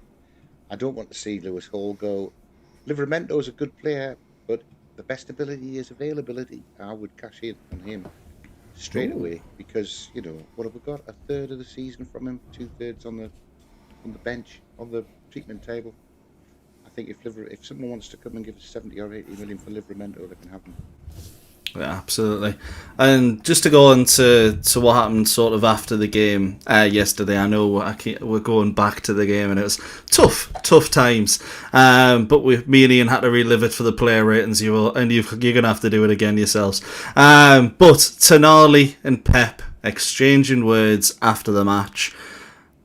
All the other Newcastle players out clapping the away fans, who were absolutely fantastic, by the way. And Guardiola, let's be honest, he's not hanging around someone after battering their team 5-1 unless he seriously rates you as a player. Obviously, that doesn't mean he's going to sign him. But City are at a level Tonali wants to play at. And, well, they're in the biggest games every single year. So with the rate that Newcastle United are progressing, because I know the whole thing has been, are Newcastle United progressing? In 3 out of the last 4 seasons, we have progressed. So for me, I think that's enough to say you are progressing, but currently you're sitting there and thinking, right, we're in danger of not progressing going forward. But is the rate that we're going fast enough to keep key players like Sandro Tonali, like Lewis Hall, like Bruno Guimaraes, or do you think these players are expecting more from us? Bogey, I'll start with you. Firstly, just quickly on the Tonali thing, I don't understand why Newcastle know what Pep does. why they don't just get one of our coaches to go across to them and go, like the rest of the fans are applauding the fans, as you say, pointing across there and say, look, get yourself across there. So get him away from him. So you don't get that awkward. It is awkward whenever Pep does it. He does it for a reason, let's be honest. He never puts his arm around like of a Jacob Murphy or I'm tempted to say a Langer, but I won't go that far. But, he never goes to a worse players. He always goes to the best players to do it to. So our coaches should get used to that and just be going across and going, go on, get your bum across to do that win quickly. Yeah. Tony T's just become a member. Cheers, Tony. About Cracking, mate. Thank you. But thank you very much. Yeah, but no, get them away from that situation.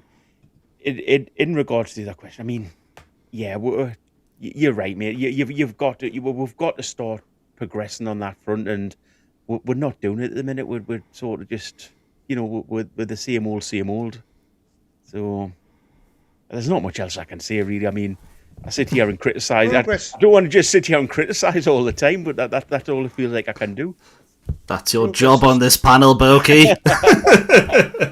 Progress is not as visible as it has been because we're not coming from as far back as we have done in the first few years. I think the progress with the squad this year is that the ceiling might not have been pushed very much higher, but the floor has been raised in terms of the quality of the squad as a whole. It is deeper than the 2 years ago when we were dropping like flies and Miley got thrown in as a kid. But it's not the sort of progress that we're expecting now because we have come from so far back that we've really come on in leaps and bounds in the first 3 seasons. And this season, I mean, I don't know how many more wins have we got to be into a quarter-final, semi-final of the Champions League, beat Karabakh and then Chelsea, for example. You could be in the quarter-finals, and that we can dream. There's progress. That would be a proper marker of progress. You've got to be careful with that, though, Ian, haven't you? Because at this point, if we're not there by the end of by the end of February, the likes of me are going to come on here and absolutely just go for it and say, you're going, this is where we could be. And we're not there now. Well, no, I'm not saying that.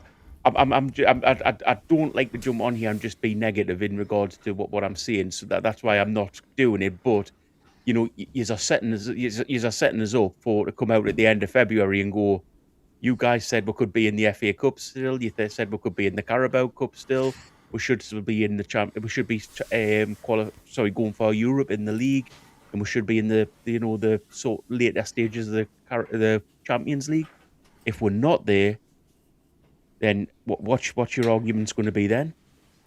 I think I'm not saying that as the happy clapper I was when I first met you, Boki, 4 weeks ago. I'm just gradually drifting further and further into the. You've been worn down. I'm not quite as far away. Boki's like the Sith from Star Wars. He's getting more and more power as he feels the hatred filled, isn't he? But I mean, the squad's been lifted, but we don't use the squad. Eddie Howe has got about 17 or 18 players that he trusts in that squad.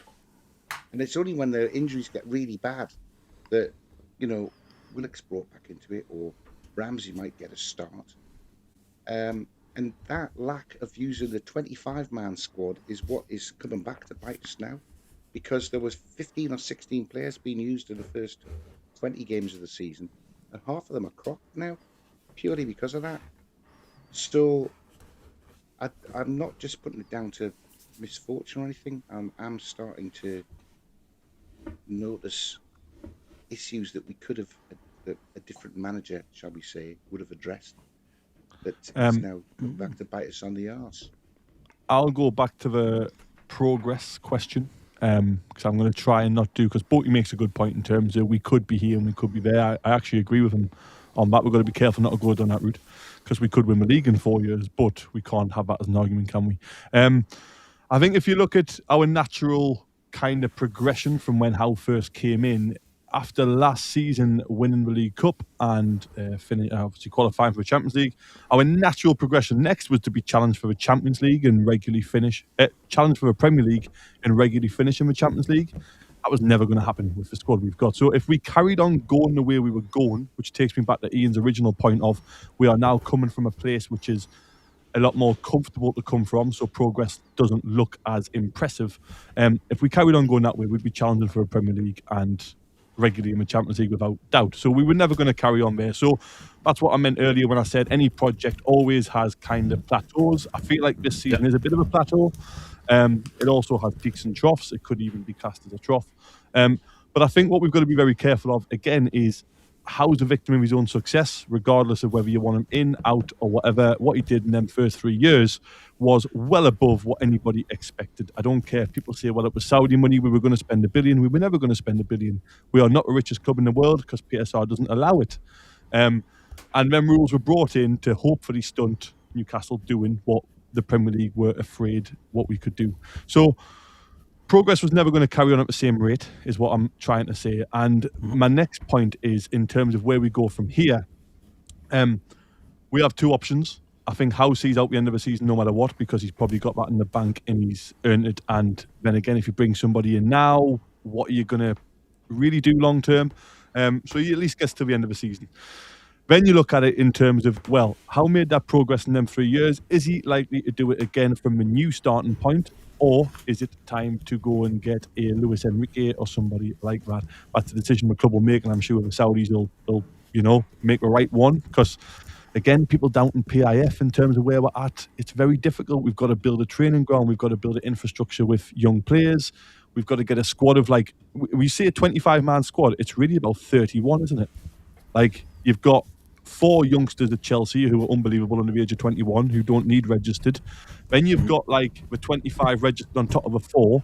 So that's 39 players to pick from. And then there's always 2 who come along throughout the season, like a Tariq George, who I know we've sold, but who also get lots of minutes in games. And we just haven't got that infrastructure yet. So, of course, the progress was going to slow down. But I think, again, we could be in a great position. We could not be in a great position. But when you look at the overall impact and the progress we were expected to make, it was never going to carry on that way. Tony T saying, Bogey, don't take my rib to heart. I like you now. What's changed, Tony? To be fair, Kev, I completely agree. Things have changed. We're not that club yet. We will be, hopefully soon. 2030, if you believe what certain people are going to say. But I'm going to get. Can I just say I like Tony as well, and if he ever wants to get his barbecue ribs, I'm absolutely over the moon about that, mate. Here's a one specifically for you. The fan club. If we reach the quarter-final of the Champions League, can you not accept that is progress this season? Oh, I can. No, I'm asking Bogey. All right. Well, it's progress in regards to we've never been there before, so yeah, of course it's progress. Is it? I think the other question is it enough if we don't get Champions League again next season? No, it's not. You know, that's the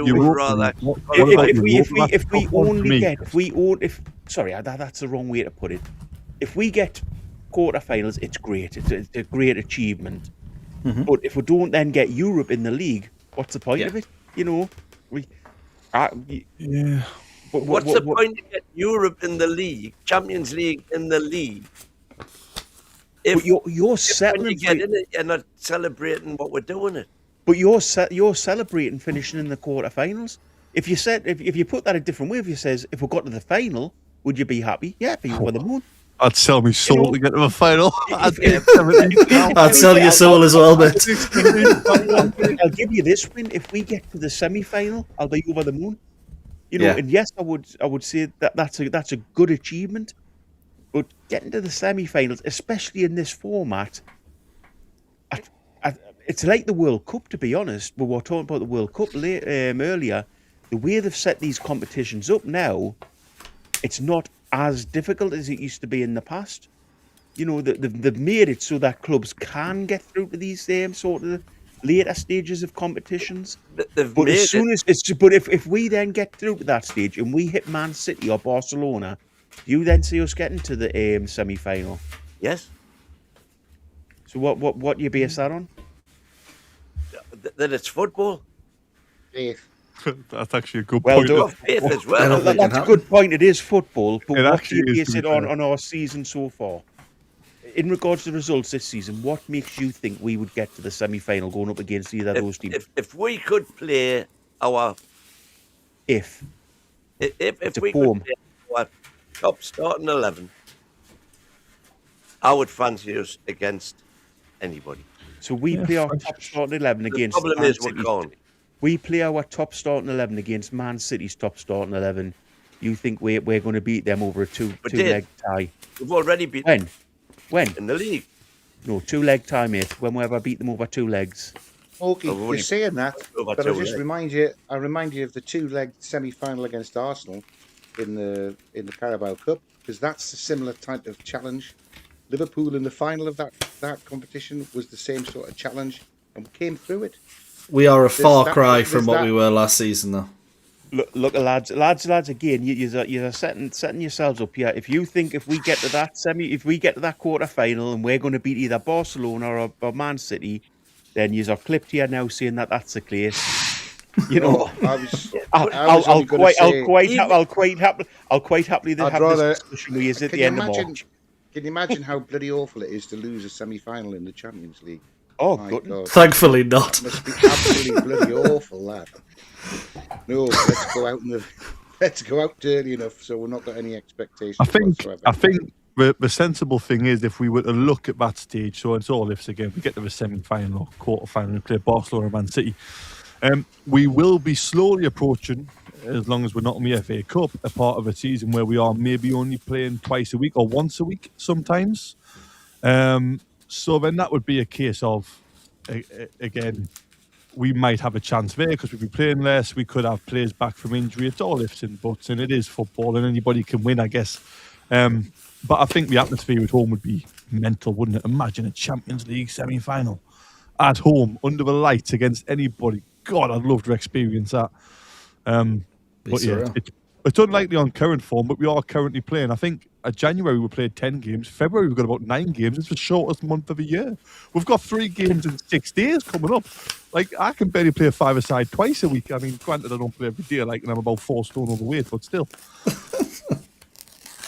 Was I saying, thank you for the super chat, was I, you can't base progress against success, you dial-ums. Can we say that on radio? I think it's only offensive if no anything wrong there. Captain Bruno is saying, thank you, Captain, for your super chat. I'd get Bogey some, never mind whatever he was asking for before, I would get him some Swedish glacier ice cream. But he's card enough already with his cardi on. I do have a question I'd love to ask. I know I'm not hosting, Michael, but if you don't mind, it's because I'm not going to be on Monday, I don't think. You're not allowed. Next 2 games. Nah, don't allow it. Next 2 games. Brentford at home, obviously very tough. We're not in great form. Bruno might be back 50-50. Then Tottenham away, right? Yeah. Is it possible that we could have 6 points from them 2 games? I know it's not massively likely, but I also wouldn't say it's very unlikely. Does our perspective on the season then flip and change again if we pick up 6 from the next 2? And I'm not saying mine does, by the way. It's a genuine question because we've had some disappointing results recently, but then if we take 6 from the next 2, we get an away win at Spurs. It's a little bit like, right, are we... I wouldn't even know how I feel personally about that. And I just kind of want to get your perspective on that. I'll go to Michael first because Michael, you're the host, so you haven't answered anything yet, so you can go first. Yeah, 100%. If we get 6 points from the next 2 games, football fans are fickle. Newcastle fans aren't any different.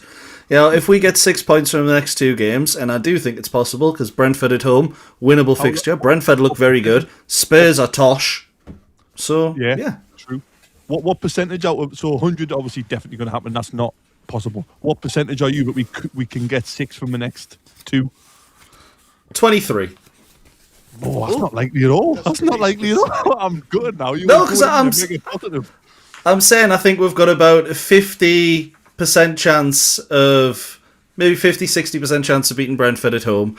I think 20, well, maybe 30 for a draw, 20 for well, 15 for a loss. And then Spurs, because of how poor we are away, I can't give us any more than 50% with that as well. So as well, it's a tough one. Go on, then. What are you thinking about the next 2 games? Well, I'm always clinging on to the fact that we'll do that. We'll pick up an away win or two that we're not expecting. I wouldn't be surprised if we went and beat Aston Villa in the FA Cup out of the blue, because that's the sort of team that we are. But if we did pick up the 6 points and it keeps us on the coattails of the European places, I'm holding out for being able to do that, because I do think, take Arsenal out of their last run-in, we've got 6 or 7 games to finish the season, which, if we can put a run together on that, we could come down the outside and pinch it in a photo finish. Percentage, Ian? I think we've got 75% chance of beating Brentford. Oh, Brentford. What about Brentford? and about a 50-50 chance of beating Tottenham. So you do the maths on that. I think that's about a 40% chance of picking up 6 points. Okay, go on, then, lads. I'm a bit more optimistic than that. I'd say it's about 50-50. I think. So 50% chance we win both? Yep. God, imagine we'll be in a great position. Boaty, go on, man. How are you feeling about it? I've got to pick on was as quick chat in the chat. Are we on radio? I'm naked.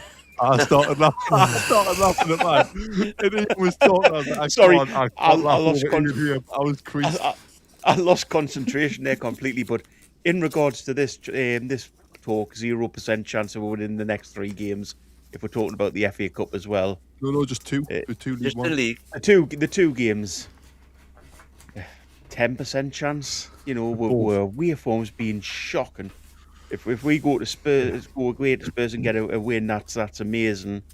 And you know what? I'm not massively confident for this weekend. You've got to think of the players we've got out and how tired the players are.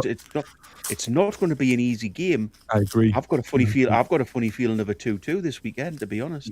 Well, Howe's first home game was 3-3, wasn't it? Some of the chat is going mental now in terms of what run we could put together and how many points we can go with.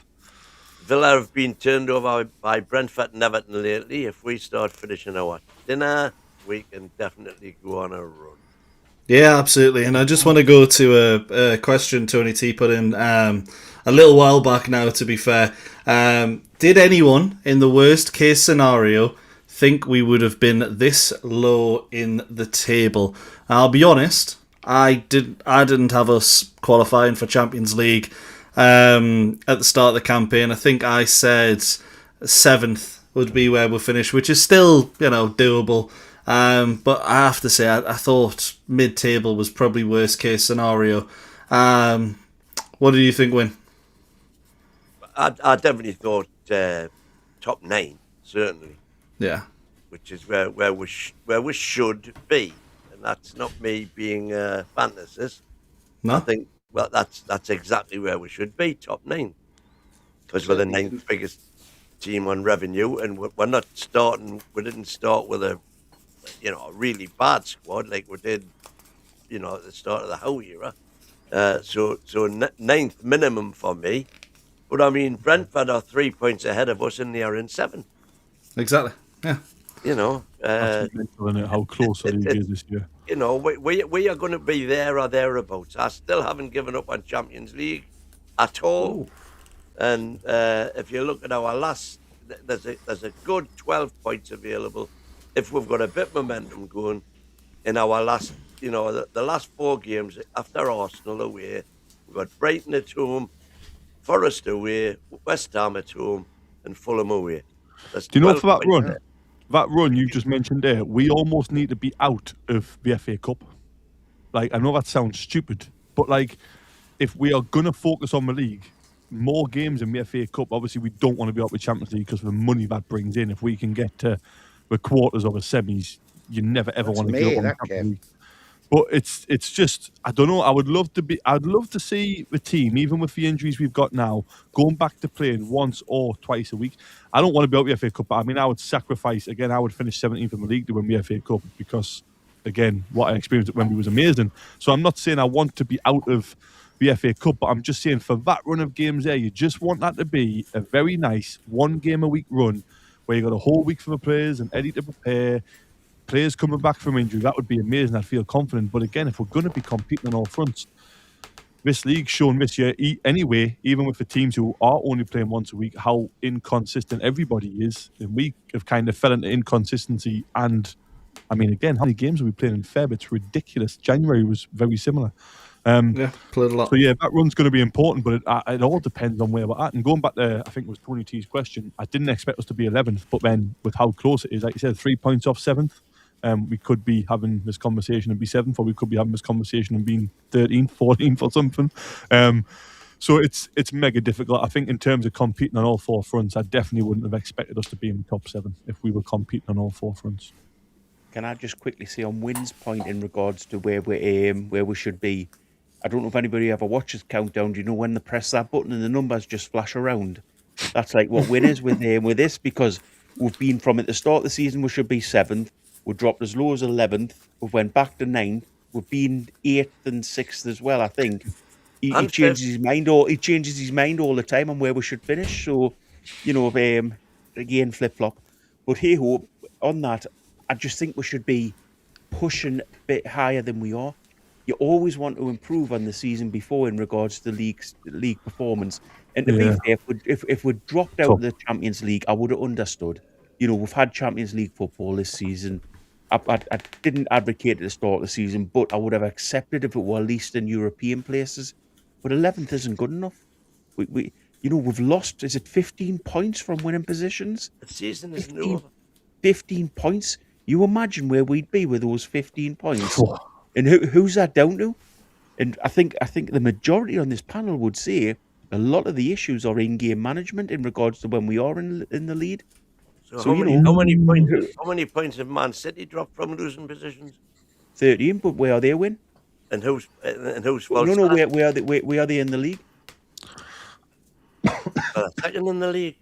They're second in the league, exactly. So yes, they have lost points. But they have lost points to games where they couldn't win. We've lost points in games that we could have won if the in-game management had been better. I agree. We should. I've been saying for ages we should manage games better, but I don't think that's just on how. I think that's on players' experience as well. But if you look at stats like that, you've got to also take into account that Liverpool game. We were 2-0 down with 10 men. We got back to 2-1 and lost 3-2. So that's a point dropped. Or 2 points dropped, 1 point dropped, 1 point for a draw. What am I talking about? You can tell us later.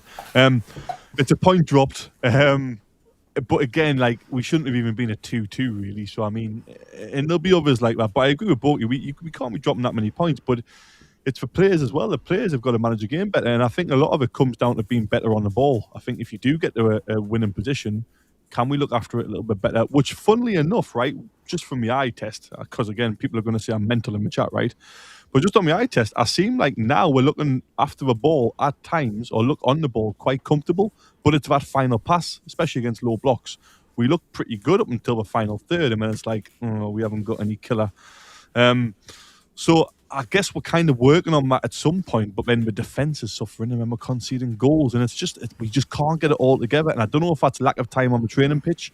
We all know, again, regardless of what you think of how he's a hard worker on the training pitch, and he puts a lot of effort and graft in, and we're not getting that time because we are playing so many games. And I guess that's the position we're in as a club now, isn't it? We're in uncharted territory compared to, we're not used to this. We're not one of the big boys like City and Arsenal, who we're used to not having lots of time on the training pitch.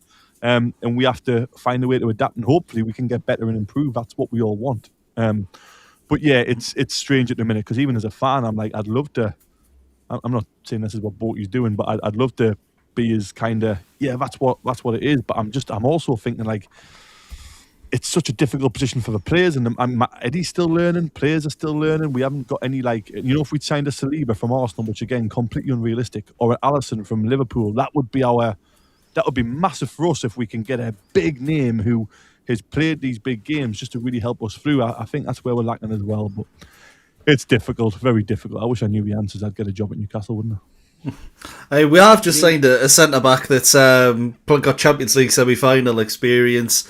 San Siro with AC Milan. He's played in some pretty massive games, it must be said. But I get what you're saying with the rest of the squad. Ian, didn't get to you, mate. What we just an answer to Tony T's question. Worst case scenario, did you think we'd be this low in the table?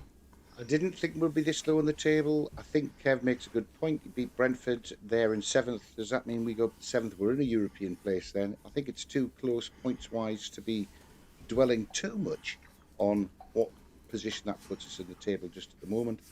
I'll tell you one thing. I didn't expect after, 24 games? How many? I don't know. I can't remember how many we've played. I didn't expect to be 3 points behind Sunderland. Cheers, Bruno. Yeah, I completely agree, to be honest. Ian, I think that is the thing that completely changes everything, isn't it? I think if you looked at the season, let's say Coventry, Sheffield United, it was, win that playoff, and Sunderland are in the Championship, Newcastle are still in the Premier League, I think people would be a lot more likely to accept the fact that, oh, you know what, we're having a bad season, we're in mid-table. But because the local rivals are looking fairly decent, it's painful to say. We can't be jealous of them, man. Our last recent history over there is, I mean, we obviously want to win with Derby.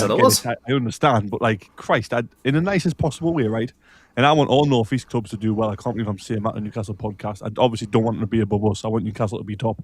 But what bugs life out of me is like I couldn't care less what Sunderland are doing, really. Like, our trajectories in the last 2 years have been, they're having a great season, they have a story of the season, and honestly, like, yeah, well done them. But like, Christ, I'd much rather be where we are in terms of our journey than, I mean, we could get relegated next year. Nobody would bat an eyelid. Oh, 100%, but it's the embarrassment behind it, isn't it? A team that was in League One, 4 seasons ago, they've got a documentary based on how terrible they are. Our documentary was about us trying to improve and, PR, let's be honest. But to see them above us in the table and for the majority of the season, I think a lot of people who you'd regard as, I'm going to assume Ian's got Wynn's got them down as the fantasists, would look at that and they'd be so embarrassed by that. Let's be honest, a lot of us probably work with Sunderland fans and stuff as well. I know I do, and it can be pretty unbearable at times. It exists in public. I never say it. Unfortunately, yeah. Can I try to get Win? Can I try to get Win on the spot here? Go for it. If Sunderland do the double over us this season, so we don't achieve Europe, and Sunderland do the double over, are you how out then? If we don't achieve Europe this season, how many times do you want me to say? A leading question. But we'll lose against Sunderland. So I'm giving you a get out. So you've got a bit of a safety net. So if Sunderland do the double, we should be getting Europe every season. So if we don't get Europe this season, you're how out? Yeah. Are we going to keep to that this time? It's fair, to be honest. No, I think it's. I've never changed. But just out of interest, if we beat Brentford, we'll go above them. We're going to 7th. And the only teams that can prevent us doing that are Fulham and Everton, who play each other. Yeah. And Sunderland, who are at Arsenal. Actually, that's made me a lot more. I hope we do get a result now against Brentford. Whoa. The only problem I've got with that is every time Newcastle are in this sort of position, we'll bottle it. This is where changes win. This is where changes. Come on. Do all you guys think? Are you all you guys confident against Brentford? Do you think we'll win that game? Yes. I'm certainly more confident. Sorry, go on, Ian. Look, I saw in the chat on the early programme the team that they were picking that they think we should play. They were going to give Chow a rest. He's the only one who can get much higher than bloody walking pace. And they've got 3 really, really quick forwards. Thiago, second only to Haaland in the amount of goals he scored. Ouattara down the right wing. Shada down the left wing. Shada's suspended. Shada's suspended. Oh, well, that's all right. Good. So no long throws to contend with. I'm only going off what Gary had on there. But Yeah, he had but him, didn't he? had Trippier playing right back is a liability against anybody. I say, I think he's done. I would have Sahari. I don't care whether he's any good or not. He can't be as bad as Trippier is. Yeah, I will just say, just to put in, if anyone hasn't seen the player ratings video that was released this morning, Ian was very, very critical towards Kieran Trippier. And to be honest, Become a member and watch it. Yeah, Ian, he can I just ask you spoke a quick lot of question? sense. Where the hell did SofaScore get 7.1 for him? You know, he's Mental, the innit? second best player. Second best player, according to SofaScore. It was incredible. So absolutely we're mental. all agreed now. All these stats and things that come out are absolutely rubbish. Stats are hopeless. If you watch that match, how the hell do you give Trippier a 7.1? Stats is what's ruined football. That's why no Ronaldinho's exist 100%. anymore, because they want to keep the pass ratio high and get on the top of leaderboards and that. Do you think Ronaldinho cared how many times he gave the ball away? No. But can I remember the goal against Chelsea and Rainbow flicking over Athletic Bilbao's heads multiple times? Absolutely. We need more of that back in football. Kev, Yeah. the only arrows I want to see is Burns pulling them out the back of his back and shooting them into the crowd. Exactly. None of these That's all I wanna bloody see. passing lanes or anything like that. You know, no more arrows pointing the way players pass the ball. I 'Cause tell you what bugs the you life out of watch me. I the tell you game, what. you watch the game, and you can see what's going on. You don't need somebody coming out afterwards going, "Look at this stat," and you're going, "Hang on, that's absolute rubbish." It's like, sorry, mate, I'm going off on one now. Oh, no, I'm going to join It's in. all right. I'm going to join in. Burn put two class crosses into the box a couple of months ago. They were the best crosses I've probably seen this season. And because we didn't have a striker in there, nobody got onto them. So he'd lost the ball. And you're standing there going, but you could put two bloody brilliant crosses in. Come on, lads. That's Great chance ridiculous. created, aye. It's like I hate loads of stuff about modern football. Like, you know what used to be counter attack is now in transition. Like, why? It doesn't make you sound any smarter. It's a counter attack. That's what it always has been. That's what it always. It's not in transition and that rubbish, right? It's a counter attack. You've got the ball. Then people start on the turnover, and in the what was it, the final third channels and the 4/4 channels. I'm like, what are you talking about? He's in that part of it. He's on the edge of a box. You numpty. Like, that's where he is. Mental. Does my nut in. Anyway, I'm not going to go off on one either. Yeah, I was going to say, I'm going to finish that chat, but I'm going to finish it just by saying I like it, but it's gone too far, personally. Everything has gone too far. But just to mention something, it goes back. I wanted to go to this when we're talking about the CEO, but David Hopkinson mentioned the stadium, they're modelling. Talking about stats again. A new stadium would be no bigger than 65 to 68,000, and there would be little point in Newcastle United going above that. He also said that St James's Park has the capacity to potentially add 10,000 seats, which I thought was impossible from what I was hearing last year. 10 to 15,000, Michael. The 15,000 would put it at 68. So get on with it. He's already, don't even think about a new stadium. Expand to 68, and you've got your model. Ian's already answered my question. Well, but it would cost over £1 billion to remodel St James's, and that still wouldn't give you the corporate areas that you need. Oh, he didn't want more corporate. To take advantage of other Prawn sandwiches. activities which are necessary to increase the revenue. True. Very true. That's the thing. So the question I wanted to ask, with the knowledge we've gained from that, is we have three options. And we learned very little from it, to be fair, but spend millions, or billions, maybe even, on a brand spanking new stadium. It's 68,000 max capacity. Expand St James's Park to somewhere between 63 and 68. Or bin it all off and keep St James's Park as it is. A, B, or C, let me know in the chat. And I'll start. Well, Ian, you've already gave me your answer. So, win A, B, or C?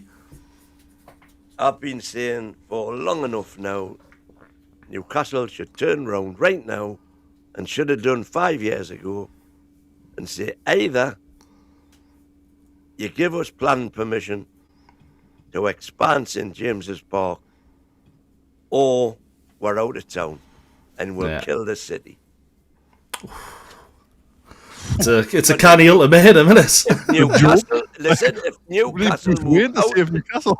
if Newcastle move out of town, the city centre will be destroyed. So many businesses rely on match day revenue. Yeah, absolutely. You're absolutely right, to be honest. I mean, there's a lot of complaints already about Stack and what that's taken away from local pubs and stuff. So I think you're absolutely right. You take away the match days, and I don't want to see what town would be like. But Kev, move on to you. The three options there, just for those that missed it in the chat. Spend millions on a brand spanking new stadium at 68,000. Expand St James's Park to between 63 and 68, or bin it all off and keep St James's Park as it is and push forward on other areas. Kev, what's it for you? Because I know you love St James's Park. I absolutely love. Just because I love the phrase and the way you've worded it, and I don't normally get the option to just like pay people off. I really want to say just bin it all off and keep it nice and wind people up, but that's not what I really think. I think we should expand St James's and stay there. And the main reason for me is you look at all the new stadiums which have been built, or the old ones which have been knocked down, like Highbury, Upton Park. I don't know why I can't think of any more. Everton's got a Goodison. The new atmosphere is never as good. The new atmosphere is Roker Park. Yeah, the new atmosphere is never as good at the new stadiums ever. Never. The atmosphere is never better at a new ground. So I know people will complain the atmosphere is poor at the minute and it's not at its best. It's right. But when you look at Man City yesterday, you become accustomed to success and you barely celebrate a goal. So it's always natural to happen when you are on the way up long term. But for me, expand, keep it. It's our soul. It's the heart of the city. The memories there for me outweigh a brand spanking new American stadium. The only way I would ever go for a new stadium is if we can build something which has never been done before. Like, I don't want another toilet bowl stadium like Spurs or a circle stadium like Arsenal, right?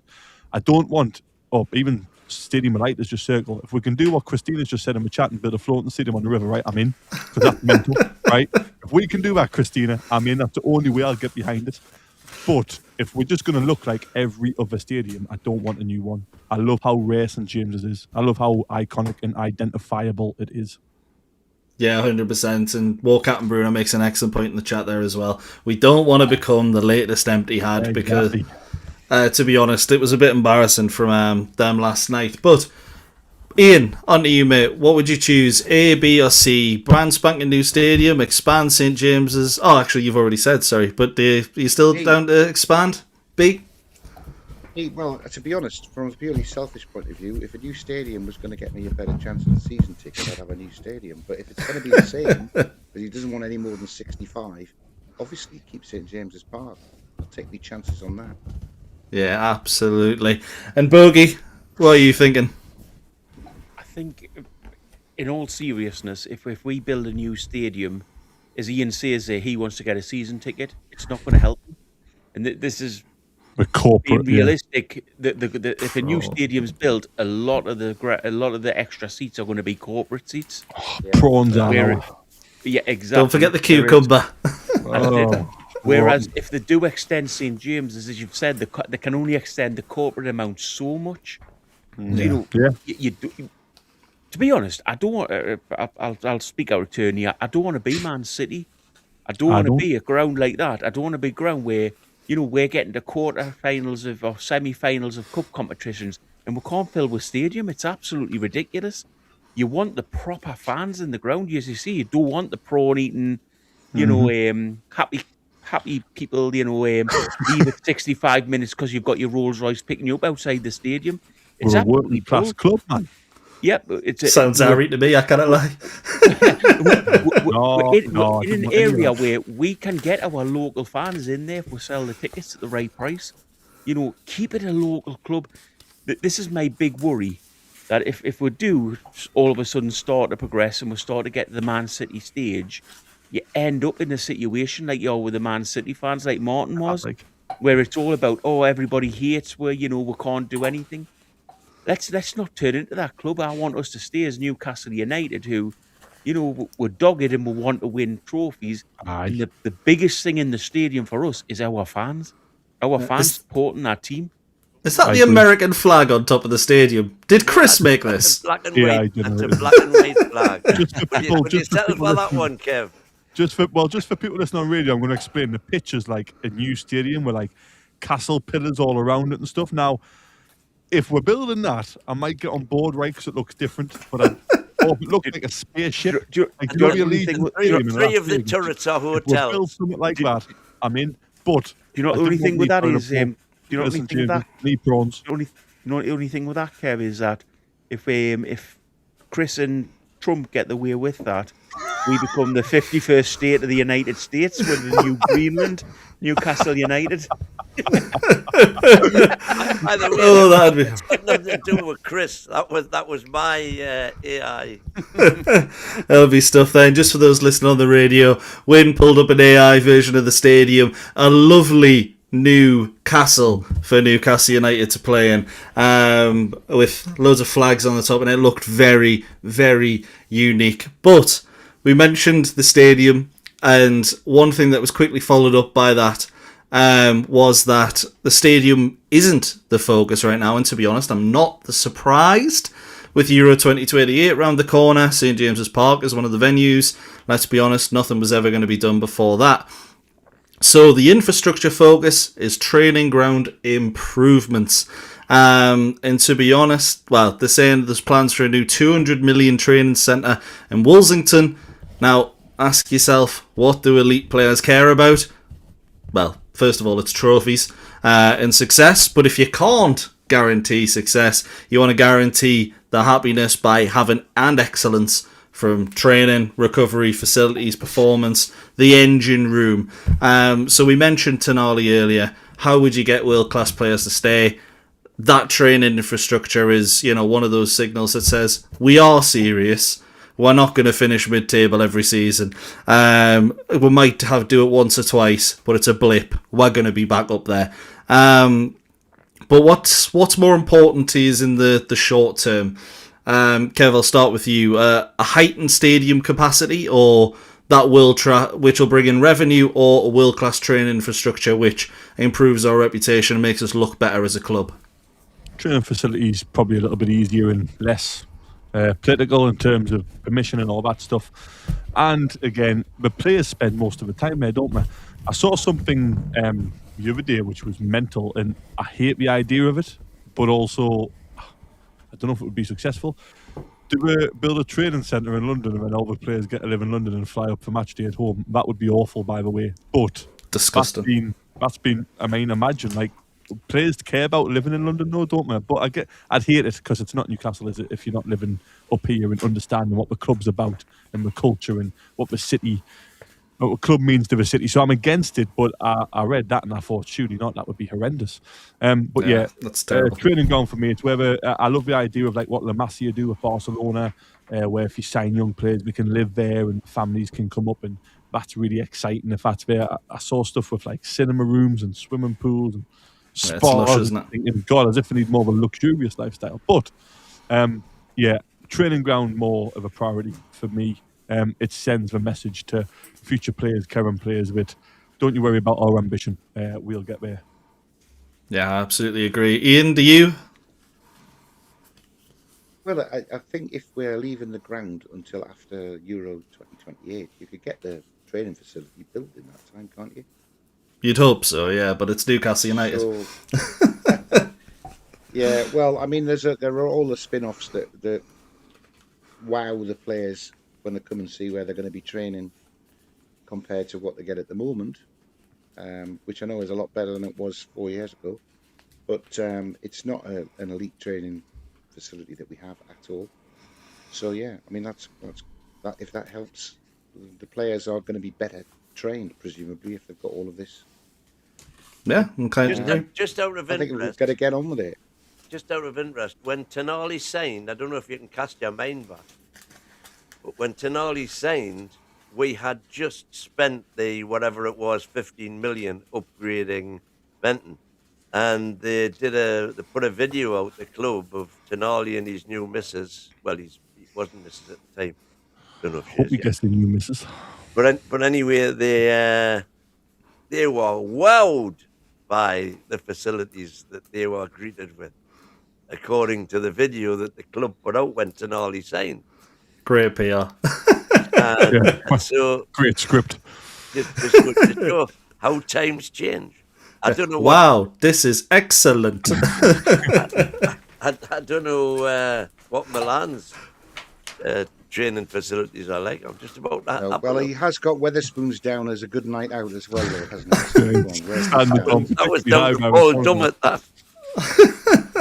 Could you imagine if we had the old training facilities? He walks into the training ground, there's someone doing an ice bath in a bin, and then he goes out to Weatherspoons on the evening.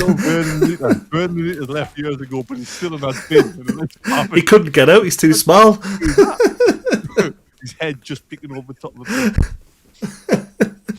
Lovely stuff. Bogey, what about you? Heightened stadium capacity or world-class training infrastructure? What's more important to us right now? I think at this point it has to be the training facility, doesn't it? I don't think people realise what Blue Flames was. Do you know why it's called Blue Flames, Win? Well, it used to be British Gas. Yeah, British Gas. It was a British Gas like social event. Yes. Blue Flame, know that. obviously. My brother had his wedding reception there. I've actually played at that ground a few times. I mean, a few years ago, obviously, lads, but you know, I did play there. It was never an elite sort of place to be. It was never set up to be a Premier League team's training facilities. And you know, it does make a bit of a mockery of it in regards to the fact that, you know, we're a top class Premier League team now. Sure enough, we need a top class Premier training ground. And why this hasn't happened? I mean, I hate to mention it, but you look at the Stadium of Light and their what's it called? The Academy of Light. Academy of Light. You look at what they've had. They've had that for years and years and years. I can guarantee there's no swimming pool at the Blue Flames. There's nothing at all like that. So, you know, there is a hydrotherapy pool now, though. There is a hydrotherapy pool. Is it not the old? Is that the old wheelie bin? No. Just out of interest. It's the recycling bin now. But no. That is Milan's training facility. Oh yeah. Blue Flames has served its purpose, but it's not an elite place. You know, we've spent money on it since they've came in. It's time for new training. It's time for us to be. If we want to get to that top echelons of the Premier League, we need to go out and spend money on our training facilities. And you know, £200 million training station, as you see up there on the A19, would be perfect. And that's exactly what we need. And if you're bringing players in, even, you know, you bring them from the airport, you bring them down there, and then you'd give them a little drive up round Northumberland and say, look at this. Right next to the airport if you can. The players would love that if they could like literally live right next to the airport on Teeland. Exactly, if mate. we have to leave training or come back and get from a flight straight there, that would be immense in terms of like lifestyle. Even give it a private runway if you want, because a lot of players will have private jets anyway. Give the training ground a runway if you're going to go massive. But these things are important to players, isn't it? Because they want to travel as much as they can, as much as they. If just to see as well, if our training ground moves to London, that's it for me. I'll be gone. That's mental, isn't it? That I will not support. That's all mentioned. They move the training ground to London. We're a London club then, basically, in my view. Yeah, it's not great. There's not really many others I'd want to support. Football up here is pretty grim. Sunderland are 3 points ahead of us at the minute, mate. They don't even exist in my mind. I'd rather do the Blythe double. Spartans in town too. They can't pick up any points whatsoever. But just wanted to finish off there. We're coming up to the end of the show. We've gone through a bit of Tonali there, the stadium, training infrastructure as well. Just want to finish up with a few things. We didn't get round two, so there's some positive injury news in regards to Lewis Miley. It was believed that it was a knee issue originally, more of a thigh impact causing the restriction around the knee area, which is effectively a dead leg. So Newcastle are just being cautious, which I am absolutely fine with given our rate of injuries. And then with Anthony Gordon, it is a hamstring pull. He has had the scan today. The early word is that it's not serious. which leg, because he went down holding his left, Both. and then he came off holding his right. So I want to know which leg it is first. It's a very good point. Walkie corky, Kev. The way and like not selling properly. Do you know when they bang the knee on the steel steps and then they hold the wrong one and you think you're giving that away? Hang on. No, absolutely. And to be honest, I'll say, like, obviously, I mentioned yesterday, I thought he downed tools. If he's kept out for a little while, obviously that proves me wrong, and I want to be wrong, if I'm completely honest. It also could be a blessing in disguise because Harvey Barnes is in his preferred position, and we might even see a bit more of Anthony Elanga that we saw yesterday. And then there was more about Patrick Zarbi, but let's be honest, 21 million for a geezer who's probably made less appearances than Park Sung-soo in his career. I'm not too worried about missing out on that one. So that has been the late night show. Thanks everyone for listening in. Thanks everyone for the super chats. Thanks everyone for the chats. Thank you to Win, Bogey, Kev and Ian for joining me here today. And we'll see you next time.